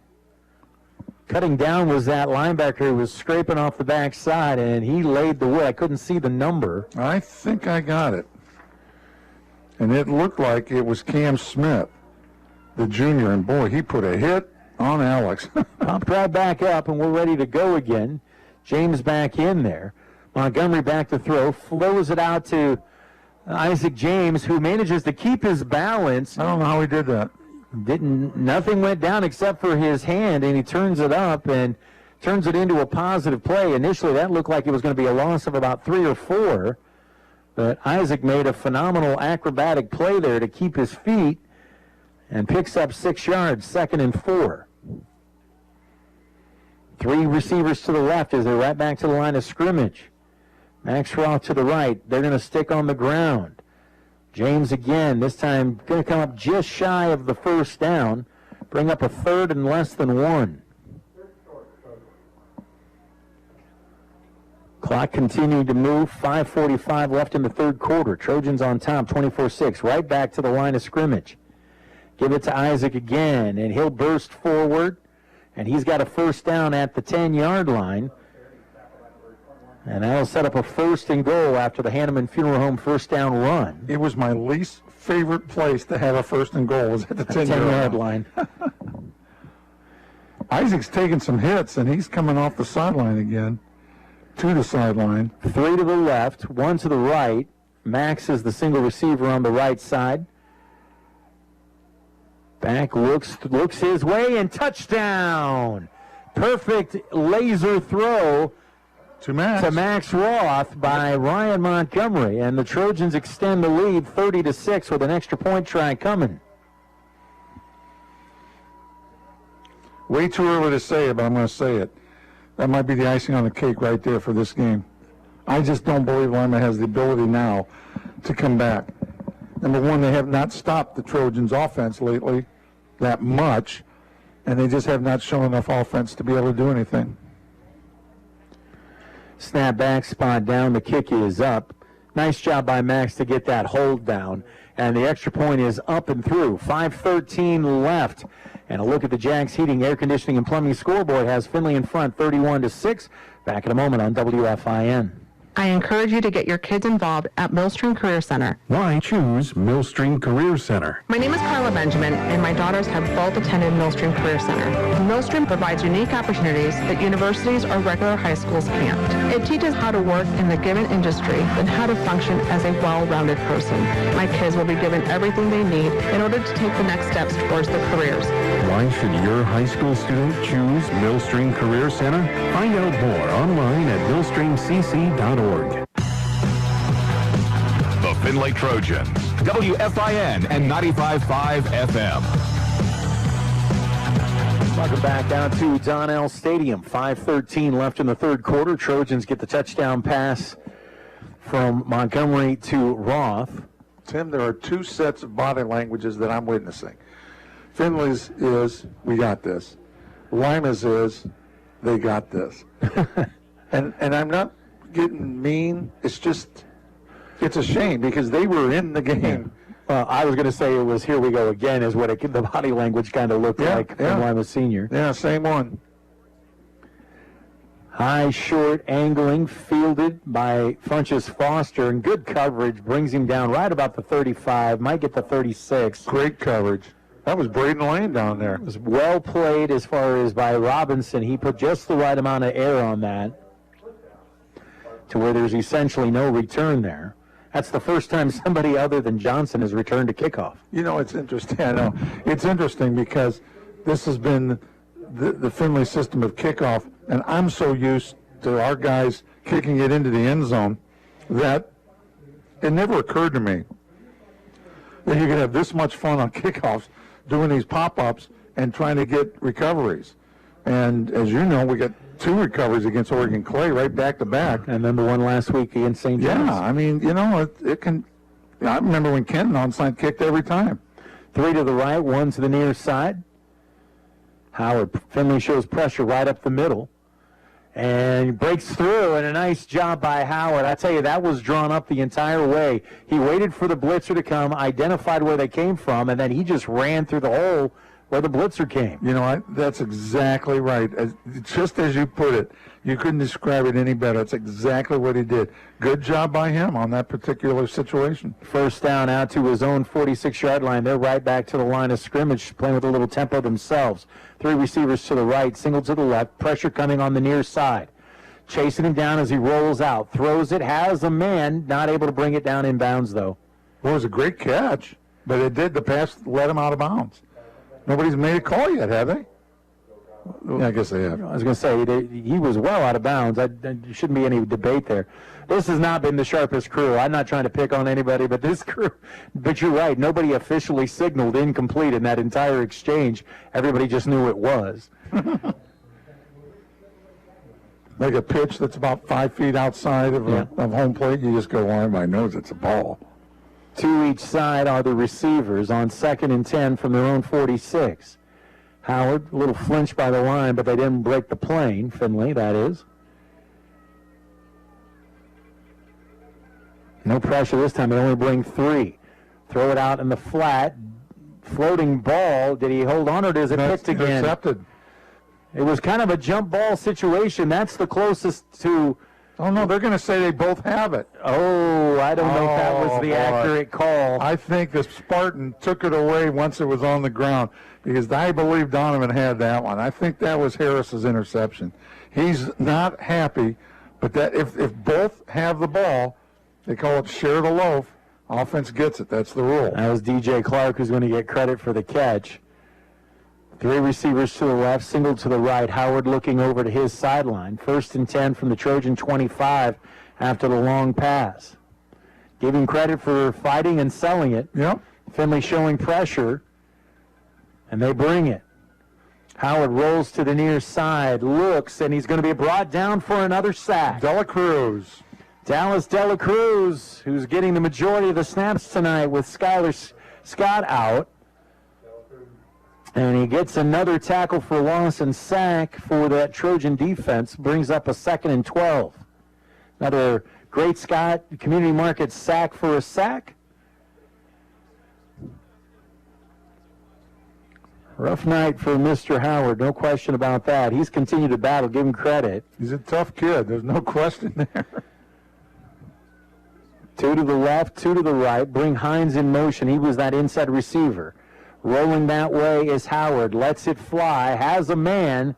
And almost picked off. I think that was Lane who rolled back. Couldn't tell if it was Lane or Stagnolia. And they'll say Stagnolia was the one who was in the area. And he came close to coming up with his 2nd pick on the night. 3rd and 12 now for the Spartans. No, I think Findlay's had 5 interceptions. It just was the receiver took the ball away when it got on the ground. I really believe that we had that interception. 3 to the right, 1 to the left. That's Clark, the single receiver here on the left. Johnson to the right. Back is Howard. Pressure in his face. He gets away from it initially. Still fighting. Dela Cruz is going to bring him down. It's not going to be a sack. He's actually going to get about a yard, maybe get 2, get what was lost on the sack before back. But a good job of staying with it and staying persistent by Dallas. They spotted that at the original line of scrimmage, so it's 4th and 10. And with them being down 31-6, with 2:46 in the 3rd quarter, you know they're going to go for it here. And the Trojans have brought the kitchen sink on this on previous. They don't look like that's what they're going to do here, though. 3 to the right, 1 to the left. I've changed my mind. Here comes the pressure, and Dela Cruz is going to get another sack for a sack. And a 4th down stop. Yeah, all the way back at the Trojan 39-yard line. Dallas picks up another sack. And as we said, another Community Markets sack for a sack, thanks to the folks at Great Scott's who are going to donate a sack of groceries to Chopin Hall for each Trojan quarterback sack. 4 of them on the night is what I have. And I don't think we're done by a long shot. 2:31 left here in the 3rd. Findlay on top 31-6, and the offense heading back out there. Well, with one more touchdown, the clock would go running. And I don't know if Findlay's going to try to hurry up and try to do that or not. Though they may just try to eat up the clock and run it. 2 to each side of the receivers. Throws out here in the flat, just a little wide, although I think Justin, if you ask him, would say he probably should have had that one. And ask Max if he was wide open. He ran the streak up the sideline. There was nobody on him. Nobody on him. That was a miss right there. I mean, Max had it, and they may just come right back to it. Who knows? But there was nobody on him. 2nd and 10. Montgomery letting it fly, and that's a great catch by Matt. Oh, that's a terrible call. I agree. He had his right foot in. That was a terrible call by the official. That was agree. a phenomenal play right in front of Coach and I, and he definitely had a foot in. Well, I'm looking at the replay because it's in the booth next to me, and they're saying no, he was out of bounds. All right, we'll take their word for it. I don't know. But you know what? I think the Trojans saw what I saw, that Max was open to play before, but that play he wasn't open, but he made a tremendous catch anyway. 3rd and 10 now for Findlay. To the left. Looking, has time. Going on top. There it is. Complete. Max takes it to 10. The 5, touchdown Findlay. And a little bit of taunting. A little bit of sauce talk. No flag came out of it. I'm surprised. I think he just invited him out for dinner after the game. Yeah, that's what it was. No, he might have said, I'll see you in basketball season pretty soon here. Floated a nice one there. We mentioned it, not exactly Ryan's sharpest night throwing the football, but he certainly had a nice touch on that ball and just let his receiver go do the work. That's Max 2nd, did you say? Yeah. Yeah. Good job for him. It's good to see Max so involved in the offense since he got moved from quarterback to receiver. He volunteered to do that. Spot is down. The kick is up. And it is good. 2:11 on the Jacks Heating, Air Conditioning, and Plumbing scoreboard. And Findlay pushes it out to a 38-6 lead. And I believe, if Coach is right, we are going to have a running clock when we return on 1330 WFIN. At Kirk Chiropractic, we keep bodies in motion. We can keep your athlete in the game and not on the sidelines. We treat the person and not the symptoms so you can have long-term pain relief. And we teach you how to keep the pain from returning. Our mission is keeping people well, and that's exactly what we do at Kirk Chiropractic. We welcome the opportunity to treat your family at our office on the corner of South Main and Lima Avenue in Findlay. Online at KirkChiro.com. At Kirk Chiropractic, we are keeping bodies in motion. WFIN, home of the Findlay Trojans. Welcome back out to Donnell Stadium, where the scoreboard strongly in favor of the Trojans, 38-6 with 2:11 left in the third quarter. Is that poetic justice that that Max was able to get a touchdown on that series when we both thought he caught that ball in bounds? Even though the replay guys to the next to me said, nah, I think it was. I thought it was good. The only thing I might have done is he ran out of bounds before the actual catch, but either way, it all worked out for the Trojans. Hop, skip, and it eventually trickles out. Brings it out to the 35. I don't think that's the worst thing in the world. I don't either. Under the circumstances. So it'll be 1st and 10 at the 35 for the Spartans. As we said, this is the end of the regular season, and Trojans will be in the playoffs. The question is against who and where. It is more than likely here. An opponent to be determined, and that information will be found out on Sunday evening. And as soon as we know, we will pass along to you. You know, Trace Robinson's in the secondary right now. Has he done that very much this year? I don't think so. I don't either. And I don't think it's because of an injury or anything. But Donovan's not in there right now. He is instead. So 1st and 10. 2 receivers to the left, 1 to the right. Give to Johnson. He'll pick his way and get across the 36 out to about the 38. It's called a pickup of 3. 2nd and 7 coming up. Panthers extending the lead on Liberty Benton, 33-7. Macomb on top of Liberty Benton. In the fourth quarter, all Rockets 73-0 over the Hornets. 2nd and 7 here. 2 to the left, 1 to the right. Put a tight end on the end of the line. And now it's the Spartans who will audibilize. Throws the quick out, complete. Oh, good and play. Avoids a couple of tackles and turns that into a first down. Good individual effort. You know, Tim, there's something I've noticed this half, and I didn't notice it in the first half. But Kamar Johnson is walking up behind the offensive line and barking out signals and also talking to the quarterback as to what they're going to do. I think he's helping the quarterback run this offense. I think you might be right. Because he's making all the verbal signals. 2 receivers to each side. Back, goes over the top, middle, tipped up and intercepted. This is Braden Lane looking to put on the return, brings it back towards the middle. Still on his feet and fights and brought down at about the 46. 5th interception of the night. That one was tipped around, the good old-fashioned tip drill. That was Braden's second of the night, too. One of the Trojans down over on the far sideline. And not... It looks like a cramp. Dallas is coming over to kind of work that leg a little bit. But that one was the good old-fashioned tip drill with the ball bouncing around all over the place, and eventually Braden snagged it, and he puts the return on to the Spartan 46. And we got 21 seconds left here in the third quarter. We're going to try to wait here unless this injury takes a little longer than we expect, and we'll just take our break at the end of the third quarter. But while we got a moment, let's go ahead and recognize the employees of Ball Meadow. Wish all the area teams and students great success this season. Ball Meadow would like to remind everyone to, as always, please recycle. Good luck from Ball Meadow.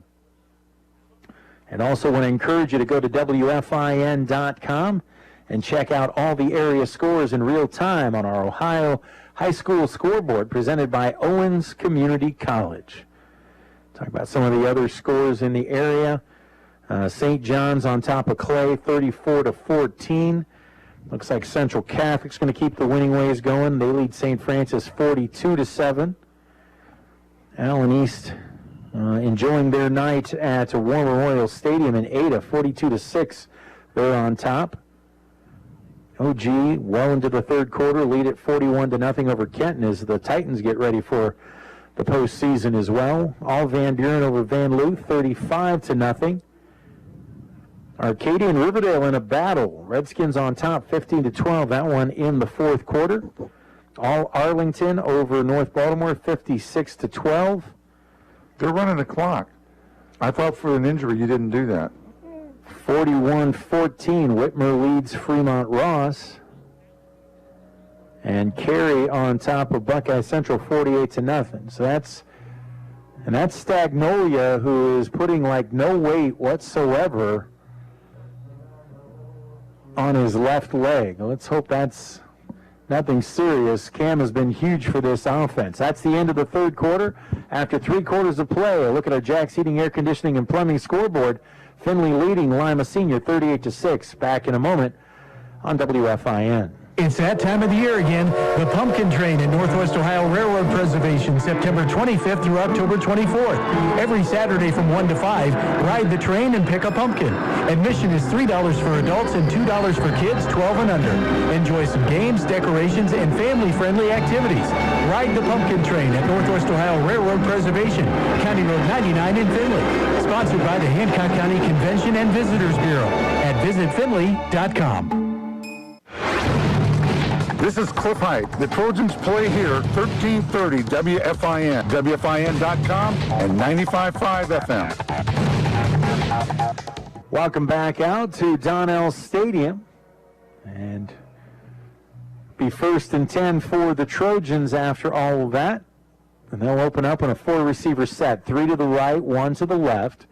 Back to the right of Ryan Montgomery. Straight drop, steps up, airs it out, looking, and just out of the reach of Justin Roth. Justin just off his fingertips and falls incomplete. 2nd and 10 coming up. Findlay trying to put the dagger in this, so to speak, and take away all doubt. Have you noticed, Tim, though, on the sideline passes, the bombs up the sideline, that the receivers have stayed inside a little bit more? Yeah. And so there's a chance for Findlay to catch those, and they have sometimes. 2nd and 10, 3 to the top, 1 to the near side, handoff. This is Tice. Tice turns it up and along the sideline, and he'll scamper out, but not before picking up a Hanneman Funeral Home first down. He didn't even know where to cut because there were so many places he could go. That was crazy. That was a good run, great blocking. Good job, Luke, up there in front. Nice job. Really nice job. 1st and 10 at the Spartan 32. 3 receivers, Max, is the inside receiver. Outside receiver is Ireland. Single receiver on the top. Handoff, though, goes to Tice again. Bottled up initially, but Alex does a good job of getting a couple of yards out of that to the Spartan 30-yard line. Boy, I was watching Luke again. He just got another big block. He's just destroying the opponent on the other side of the ball from him. And I thought I saw that Caleb McCaskey is playing left tackle right now. I mean left guard. So he's getting a lot of action. You know, it's senior night and what have you. And moving Luke back out to the left tackle. Handoff to Isaac James. He finds the seams, busted to the outside. 10-5 touchdown. Easy. 30-yard touchdown run for Isaac James. Again, he's going to be closing in on another 150-yard night. With 9:58 left here in the game. Bring on Robinson for the point after try. Isn't this amazing? Lima was ahead 6-3 with 7 minutes left to go. Under 7 minutes in the second quarter. And it's just been boom since. And a big boom. Spot is down, the kick is up, and the kick is good. You know, they might want to tidy that snap hold a little bit more before you get to the playoffs. That was a little bit off that snap, too, and the hold was great. Got a great guy holding for you when you got Max Ralph doing it. Jack's Heating, Air Conditioning, Plumbing scoreboard. Trojans 45, Spartans 6. Back after this on WFIN. When life happens at work or play and you or your loved one is injured, get your orthopedic needs cared for on the same day at NWO Urgent Care, located on the east side of Findlay on US 224. NWO Urgent Care is less expensive than an emergency room visit with decreased wait times. At NWO Urgent Care, you will have direct access with specialty care from the professionals at NWO. Remember, when orthopedic injuries happen, there's only one place to go, NWO. The Findlay Trojans, WFIN and 95.5 FM. Welcome back out to Donnell Stadium. Trojans extend the lead 45-6 with 9:58 left here in the ball game. And Coach during the break is serenading me with 70s jingles. Commercials. Yes, commercial jingles from the 70s. A little San Francisco treat. Next thing you know, he's going to be offering me a lifetime supply of turtle wax. Well, no, I was doing that for Mr. Rice back at the Oh, okay. Mr. Rice. Okay. You had a different name for him earlier. So Robinson prepares to kick it away. Goes with the squibber up the middle and picked up inside the 30, cutting it all the way across the green. This could be dangerous. And brought down. Good tackle in open space that time. And on the tackle for Findlay was Austin Hasselback. But good field position here for the Spartans, right near midfield, with 9:42 left. I have that as Jaquel Cotton on the return, but I have no idea if that's right. No, I know who it is. It was Arian Manley. But I'm telling you what, that was a great return, and he showed some speed and quickness there and power on that return. That was a good job on his part. Clock is running as we have the running clock. 3 receivers to the near side, single receiver up top. Howard back, gives the handoff to Johnson, and Johnson brought down after a short pickup. Sammy Wyrau at his feet, and then helping him finish it off was Ashton Yeager. Second down and 8 coming up.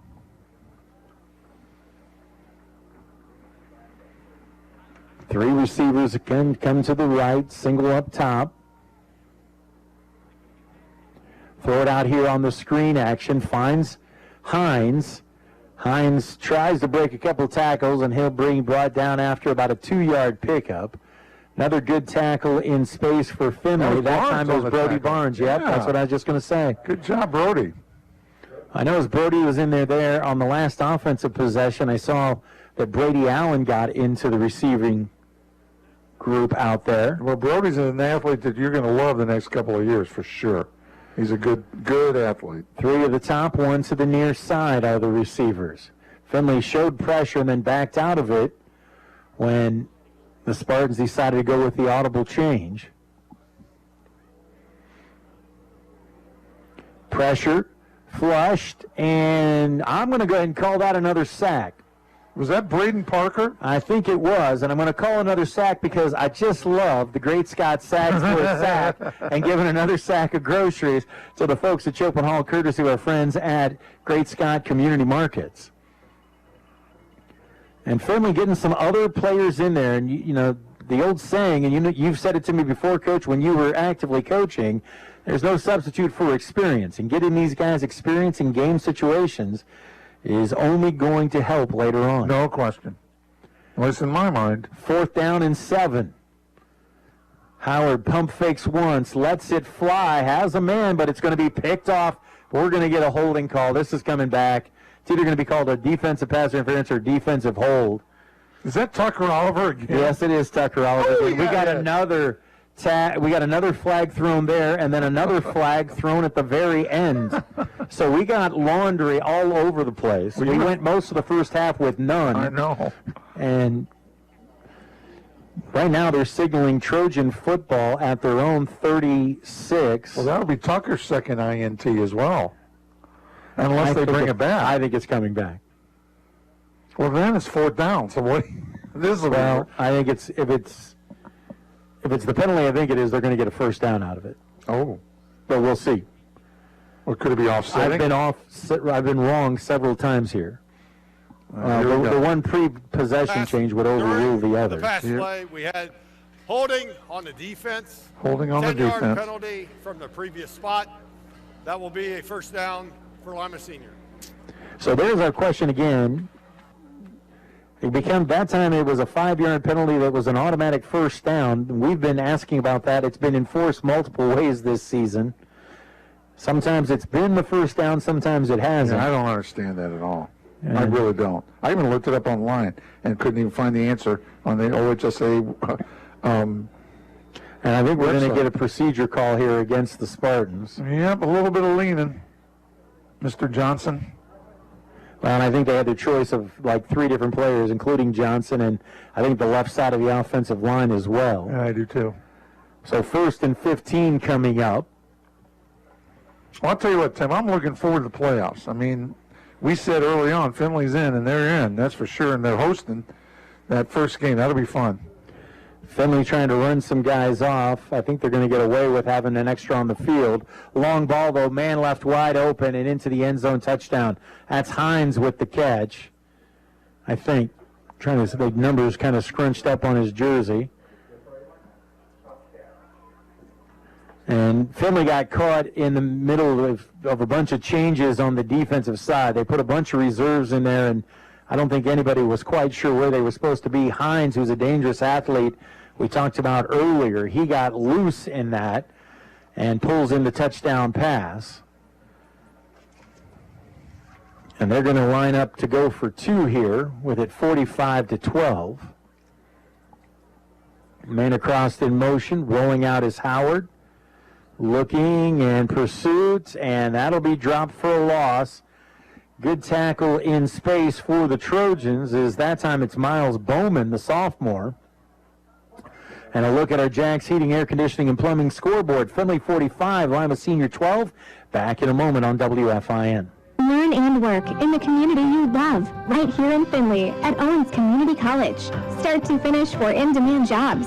Save money on a bachelor's with our transfer programs. Your affordable higher education awaits. Apply today at owens.edu/Findlay. Looking for a primary care provider? Blanchard Valley Medical Associates offers comprehensive care in one location, and they always accept new patients. To see a list of their primary care providers or schedule an appointment, go to bbma.com. This is Coach Stephen Adams. Check out the Coach's Corner live from Ralphie's Wednesday night at 6 p.m. on 1330 WFIN and 95.5 FM. Welcome back out to Donnell Stadium. 6:21 left here as we are in a running clock situation. Findlay on top, 45-12 over Lima Senior. Trojans in position to finish the regular season at 7-3 overall, 5-2 in track play. As we said, coming into this one, currently ranked in the 5th spot in the district points. So in position to host a first-round playoff game. We'll know officially how all the numbers shake out Sunday evening, wherever it is and against whoever. Coach and I will be there. Hope you make plans to join us. Guessing we're going to see some variation of the squib again. And kind of the high-short one here. Hops, skips, and picked up. This is Tucker Oliver. And Tucker tried just taking the knee and then took a shot from the backside. No penalty, though. Yeah. Shouldn't there be a penalty there? Not when you're officiating the scoreboard. So 1st and 10 for Findlay with 5:59 left to play. Good heads-up play by Tucker Oliver there, though. He's had a nice game tonight, Tim. Yeah, because that's a live ball. That's the thing that sometimes people forget. And we even saw that a couple of games earlier this year where players just acted like it was no big deal. And that's a live ball once it crosses 10 yards. I think we'll see Mr. Barnes here at quarterback for these last 6 minutes or 5:59. That'll be good to see. He's going to be a quarterback, receiver, kind of H-back, defensive back player that I'm telling you, people are just going to love. He had a great middle school career, and he's a good athlete. He's really good. You're going to like him. And that is who trots out there. Well, and the running back is, what, Tyler Sheets? Tyler's the one that had that unfortunate fumble a couple of weeks ago. They get him the handoff, and he'll take it straight ahead.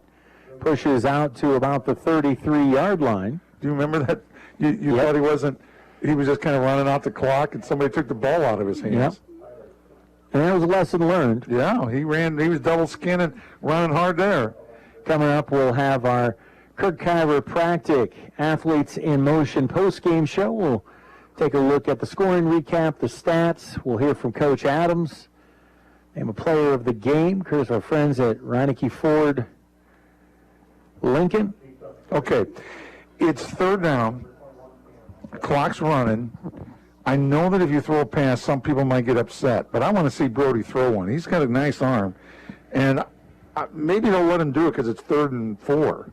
Maybe they probably won't. Benjamin Best checked into the lineup. That's coach's kid. Assistant coach's kid. And the Trojans all looking to the sideline. Now they're trying to eat up as much clock as they can between plays. Shot clock's at 14. They got plenty of time, but I want to see Brody throw it. Send Hassel back out wide to the right. Best to the near side. Showing pressure up the middle is the Spartans. Handoff. And, good hard run that time and is rewarded with the first down. Good strong effort that time by Sheets. Boy, big hit by Lima there to stop him right at the first down marker, but he did get it. And, you know, I've got to be polite here. There's no way, I guess, Findlay's going to throw the ball now, but I want people to, I was going to say see, but if they're listening to us, I want them to hear Brody's arm. Wide out each side. Blocking fullback up in front. Back to the left of Barnes. He'll give it again to Sheets, and this time stacked up and dropped behind the line of scrimmage. Good pursuit. That's Cam Smith, who's been active all throughout this game from that defensive end position. Well, Brody gave that off, and I don't know if he's reading it or not, but he slapped his hands afterwards as if he were upset that he didn't pull it and keep it himself. So he might just keep this one. I don't know. With where Cam was, I don't know that it was going to make a difference whether he handed it off or not. I don't think it mattered either. I think you're right. 2nd and 11. Clock, though, continued to run. 3 minutes left here. But if he keeps it, don't be shocked. Again, one wide out each side. Barnes with a back to his left. Fakes it to Sheets, pulls it out himself, almost on cue, and he dives towards the midfield stripe, and he might have enough for another Trojans first down, a Hanneman Funeral Home first down, and he does. Great read. Way to go, Mr. Barnes. That was a nice read and a great run after that fake handoff. That was fantastic. Well, he's quick. He is. I'm telling you, man, Tim, you're going to love this kid. He's, they got a lot of guys, in this group out there right now that we're just going to go nutty over the next couple of years. Spartans change out some personnel late in the process as well. One wide out each side, showing pressure up the middle is Lima Senior. Handoff Sheets. He's going to be wrapped up. Never had a chance. Well, they're bringing 500 people. Yeah. I mean, there's no way. Xavion Garner that time was the first one in the backfield. But I don't think Lima's going to see the ball again. It's 1:55 now, and I think the clock's running, as we know, and you don't want to throw it. Well, it wouldn't stop the clock anyway, would it? But you're not going to throw, and so it's 2nd and, 12? Yep. But a big win for Findlay tonight, and gives you momentum going into the playoffs. Well, there's a whistle. I think we have an equipment issue with one of, I think it's the aforementioned Mr. Garner, had an equipment issue, so they need to switch him out. So Brody comes over and talks to Coach Ireland, and Coach Ireland said, just hand it off and eat up the clock. This one's over. There's no way he's going to throw. Barnes, the 5'11 sophomore. I bet his weight's right in the program. Because those other weights weren't right. I don't care what anybody says. And Findlay letting as much clock run as they should. They can let this thing go. This might be 50 seconds if they want. This might be the last play if the refs want it to be. You know, they can control that after this play's over. Depending on how quick they spot it, absolutely. Well, they just take their time and wait till it says 30, and then they don't even have to do another thing. 6 seconds. Hand off. Hand pulled out and keep it across midfield. Still working. Barnes bounces to the outside. He's got a first down, and that's going to take all doubt out of it. Oh, my gosh. How about that? And they're now going to spot it, and that should be the last play of the game. Hey, he's averaging 10 yards a carry. He's leading the team in average per carry for the season. That's great. So that's going to wrap things up as the final 25 seconds will click off, and a look at our Jack's Heating, Air Conditioning, and Plumbing scoreboard. Findlay 45, Lima Senior 12. We'll be back with the Kirk Chiropractic Families in Motion postgame report after this on 1330 WFIN. Save 20% when you order your favorite solid-built Amish office furniture at the Granary. Desks, files, bookcases, any home office furniture or executive furniture. Get organized for 2022. Hurry before they file this sale away for the year. Sale ends October 30th. Simply amazing. The Granary, County Road 236 south of Walgreens. AmazingHomeFurnishings.com. At Cook Chiropractic, we keep bodies in motion. We can keep your athlete in the game and not on the sidelines. We treat the person and not the symptoms so you can have long-term pain relief.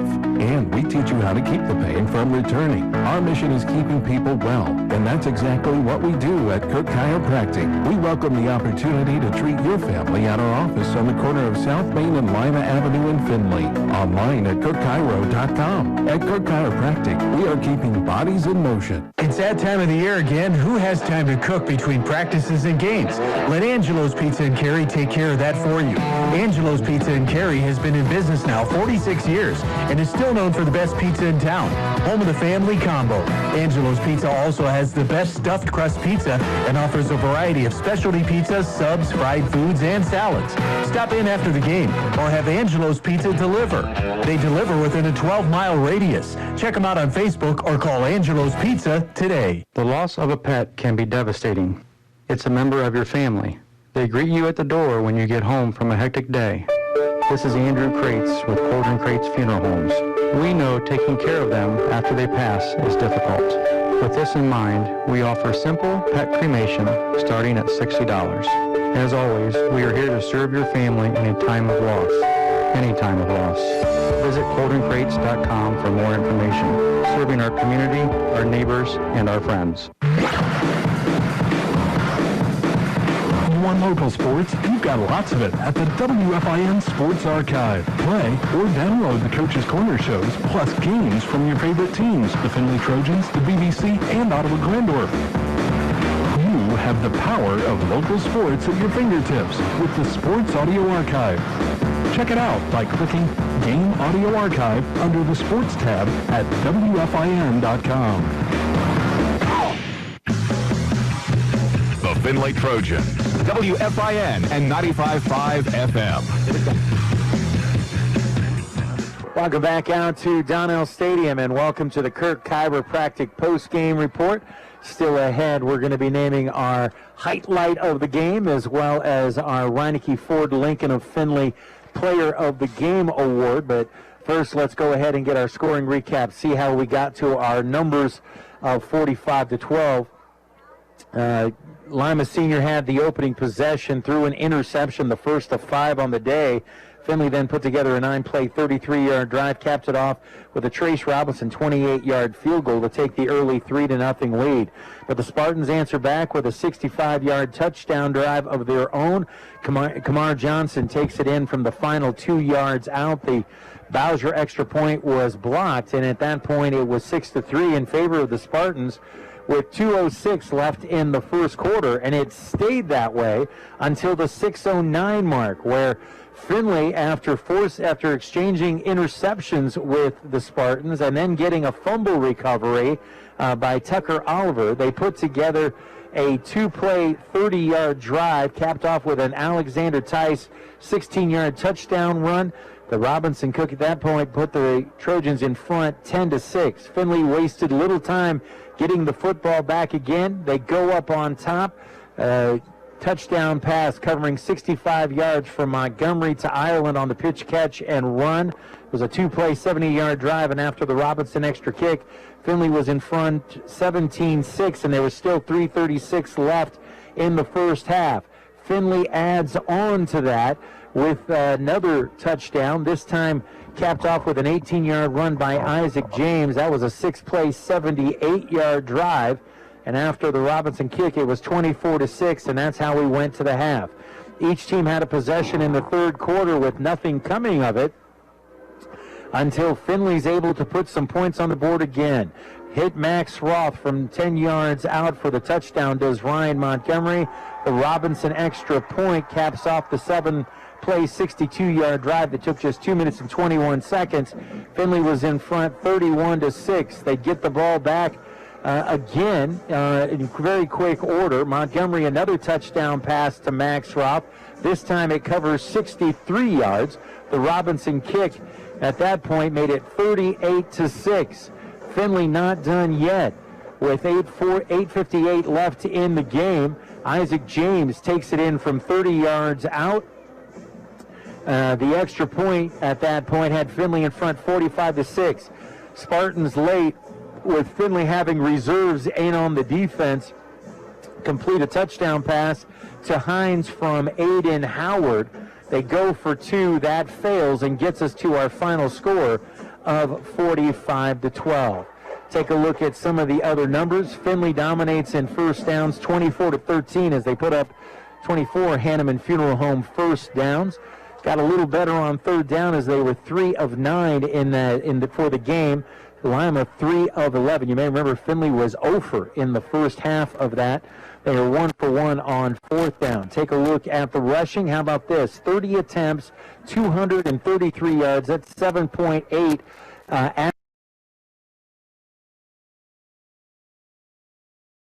for the Spartans for just a 2.3 average. The passing numbers, 30 attempts for Lima Senior, 151 yards. Meanwhile, 25 for 188 for Findlay. When you look at the numbers overall, 12 of 30 for the Spartans, 5 interceptions, the 1 touchdown. The other side of the coin for Findlay, they were 10 of 25, 1 interception on the day, and 3 touchdown passes for Ryan Montgomery. So total offense, Findlay ends up dominating 415 to 194. Take a look at some of the other numbers that jump out at you. Isaac James, another 150-yard rushing night on 17 attempts. He had 2 touchdowns. Tice with a nice complimentary 5 carries for 46 yards and a touchdown rushing as well. Take a quick look down at the receivers in this one, and leading the charge there, Ireland with 90 yards on the 5 catches. Meanwhile, 96 yards for Roth as well. He had a couple touchdowns to go along with Ben's one. And we're pleased to be joined by the head coach of the Trojans, Stephen Adams here. And, Coach, it probably didn't start exactly the way you would have liked, at least based off of our conversations. But you have to like how, first off, your defense kept it right where it was for the longest time. And then eventually your offense caught up and kind of took advantage of those opportunities. Well, and I don't want to dismiss in this case here because I got to give credit to them on defense. They did a good job of disguising coverages a little bit. They're very late to the party, I say, and you know, I don't want to take away from what they did. They're some good athletes, and those guys can give you trouble. I told you before, kryptonite-ish is their speed, their athletes, their length at DB. It's tough. You know, there are a bunch of guys out there that can play, so big credit to them and what they did. And you know, once again, we're in a good spot because when things weren't clicking in the pass game, we had our run game. Right. Okay, when we had our run game, pass game opens up. So good complementary football and offense. That's exactly where I was going to go next, but I was really impressed with your defense. Absolutely. Because first off, you create 5 interceptions, a fumble recovery. There probably should have been another 1 or 2 fumble recoveries in there. Yep. And Coach is convinced that was an interception down there. But anyway, either way, though, you take away that 1 touchdown drive, and really your defense stymied them all night long. Yep. So once again, they came out hot. We had to make some quick adjustments or look at what we're doing and see where we were not you know, a couple times we weren't containing well. Weren't getting home on some of the blitzes, and they took it down the field, 17 plays. But once again, they came ready to play, and they did some new things and had some wrinkles for us, and there were some athletes as well too. But once again, we responded well, right? And our guys said, "Okay, fine, we see what you're doing," and we made some good adjustments, and we're able to start tackling and making plays in the backfield, getting them behind the chains. We knew if we can get their quarterback behind the chains a little bit, we have some opportunities, and I think that happened tonight. Certainly did. We've talked about him before, but another 10 tackles tonight for Sam Wyrow. I have him over 100 tackles on the year, and just an outstanding leader for you all season long. I'm going to give you another chance to talk about Sam. 100%. You give me time, I'm going to do it. So, Sam, once again, great, phenomenal leader for us. You know, one thing that I want to make sure everybody understands about a kid like Sammy that we want in this program and we'll continue to strive for are selfless, determined. He cares about being a Trojan. That means more to him than anything else. How he represents the school, how he represents this football team, all those things matter. He's great academically, he's great socially, and he just gets the job done. And typically, you win ball games with guys like that. And, you know, I can have a program that might not have a lot of talented guys, maybe, you know, jumping out the roof or, you know, 4 stars, all that. You know, we can take that all away. When you have a kid who cares, a kid who does everything he's supposed to do in the classroom and all around, those are the guys that you win with. And I'm determined to continue to find kids just like Sammy Wyrow. I'm not going to say that proudly and really boast about him because I care about the kid. I love the kid. I've seen how much he loves being a Trojan and wants just this win. That's all he wants to do is just win, and he'll do anything it can effort-wise. And, you know, he's for the team, and we're going to continue to find those guys. We talked about it after the 5th game because everybody knew in the situation with 16 teams getting in, you were going to be in the playoffs. The question is where you came in, ranked at number 5, certainly didn't do much, if anything, to hurt your chances here. Who knows how the rest of it shakes out, but talk about what it means. 7-3, heading into the playoffs, and more than likely a home game. Once again, it goes back to just the dedication of the coaching staff, the challenges we had 5 weeks ago, right, and being able to look at what we're doing and just get better. The kids responded well, we responded well, and you know, we set out to be, you know, a track champion, and things, you know, we got behind the 8 ball on that a little bit, but once again, let's finish as high as we possibly can in the track and take care of business, you know. And then the next step is, you know, putting ourselves in a great position to get a great seed, you know. And I maybe I'll say this selfishly, but I want to make sure the seed is legit, you know. So finishing the way that we did, putting ourselves in a good spot where, you know, we are a legitimate contender and have a good shot here to do something special was important to me and important to the team as well too. So a couple of those goals are checked, the boxes checked off, but we don't want to settle for that. I think we have a team that has a lot of lethal guys, and want to do the best that we can to do ourselves as coaches to make sure we're able to move this team forward and 1 week at a time. As always, Coach, we appreciate your time. Congratulations, and we'll see you play next week. I appreciate you guys as always, and go Trojans. All right, Stephen Adams, head coach of the Trojans. Appreciate him coming up and talking with us here. A little bit about it. We're going to go ahead and take a timeout. We'll come back and talk a little bit more about this. We'll also be naming our highlight and our player of the game. Again, Findlay victorious 45-12 over the Spartans. Back in a moment on WFIN.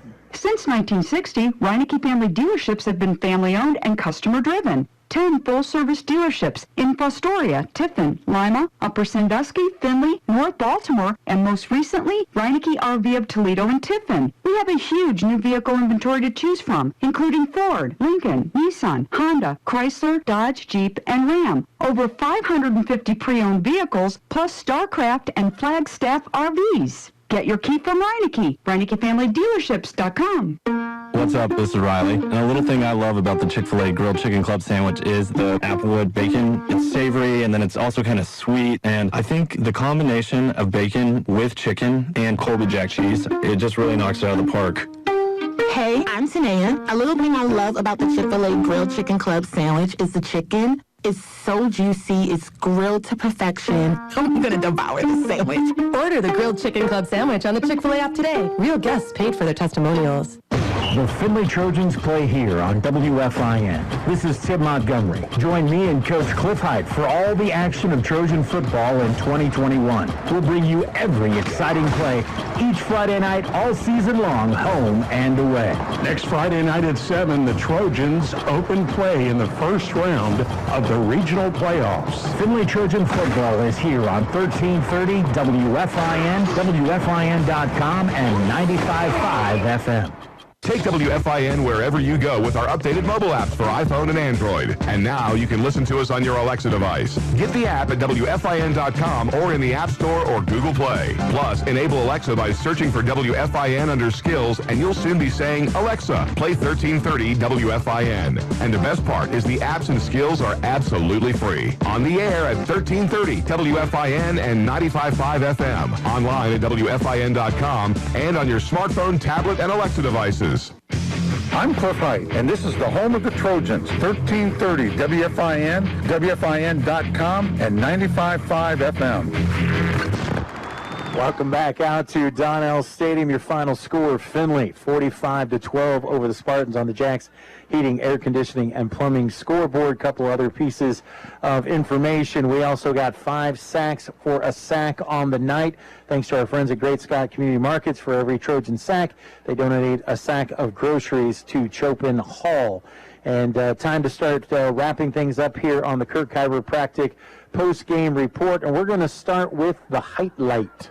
Oh, I got one. Okay, I would think several, but go ahead. Well, mine tonight is easy. Let's just a hair under 7 minutes to go. Lima Senior has the ball in midfield. They're ahead 6-3, and thinking about trying to run out the clock or maybe get another score before halftime. Okay, but Findlay causes a fumble. Then Tucker Oliver scoops it up and runs it all the way to the 30-yard line of Lima Senior. Then Findlay runs one pass and one run, boom, touchdown, and the whole game changed. Instead of Lima being up, now Findlay's up 10-6, and then the rest was just easy after that. Yeah. Completely game changer. A couple more scores before the half to lead it 24-6 at the half, and then it spiraled from there as the Trojans move on to the 45-12 win on the day. And on that note, and we mentioned this several times, 5 interceptions, that fumble recovery. Don't forget about that forced turnover on downs that also had the intentional grounding penalty that gave Findlay the ball out at midfield. So in many ways, 7 turnovers the defense forced this evening on the way to this, and it wasn't always working their way offensively, but the defense stayed pesky throughout. And so with that in mind, let's go ahead along those lines and name our player of the game. This one is kind of fun because it's a defensive player. A guy who does a lot of things on kickoff return, other things, but he had an interception. Actually had 2, but one was called back. He had some breakups. He had the fumble recovery scoop and advance it to the 30-yard line, which changed the whole game, and that would be Tucker Oliver, number 20. So Tucker Oliver will pick up our Reineke Ford Lincoln of Findlay Player of the Game Award. Congratulations to him. And That's only our second defensive POG because we had Sam Wyrout earlier in the year. So got a couple of those in. I feel real good about that, especially with the effort in that first half this defense put up. And he's Owen Merrill's nephew. And Owen Merrill, for those fans who've been around here, line, yeah. 4-year starter offensive lineman at Findlay High School. Outstanding. I didn't know that. Yeah, I just found that out tonight. Wow. Yeah. Good to know.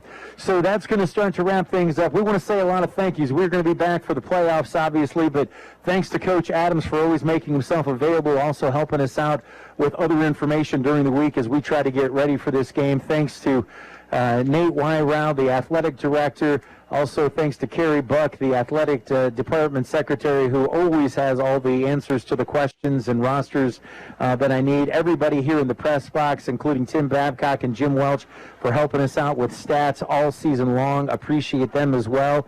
Want to thank Bill Rice tonight, but most of the season it's been Steve Artressa handling things for us back in the studio. Appreciate those guys as well. All of our sponsors, and of course all of you for tuning in as well. That's going to wrap things up for us here from Donnell Stadium. Stay tuned to find out who the Trojans will play in the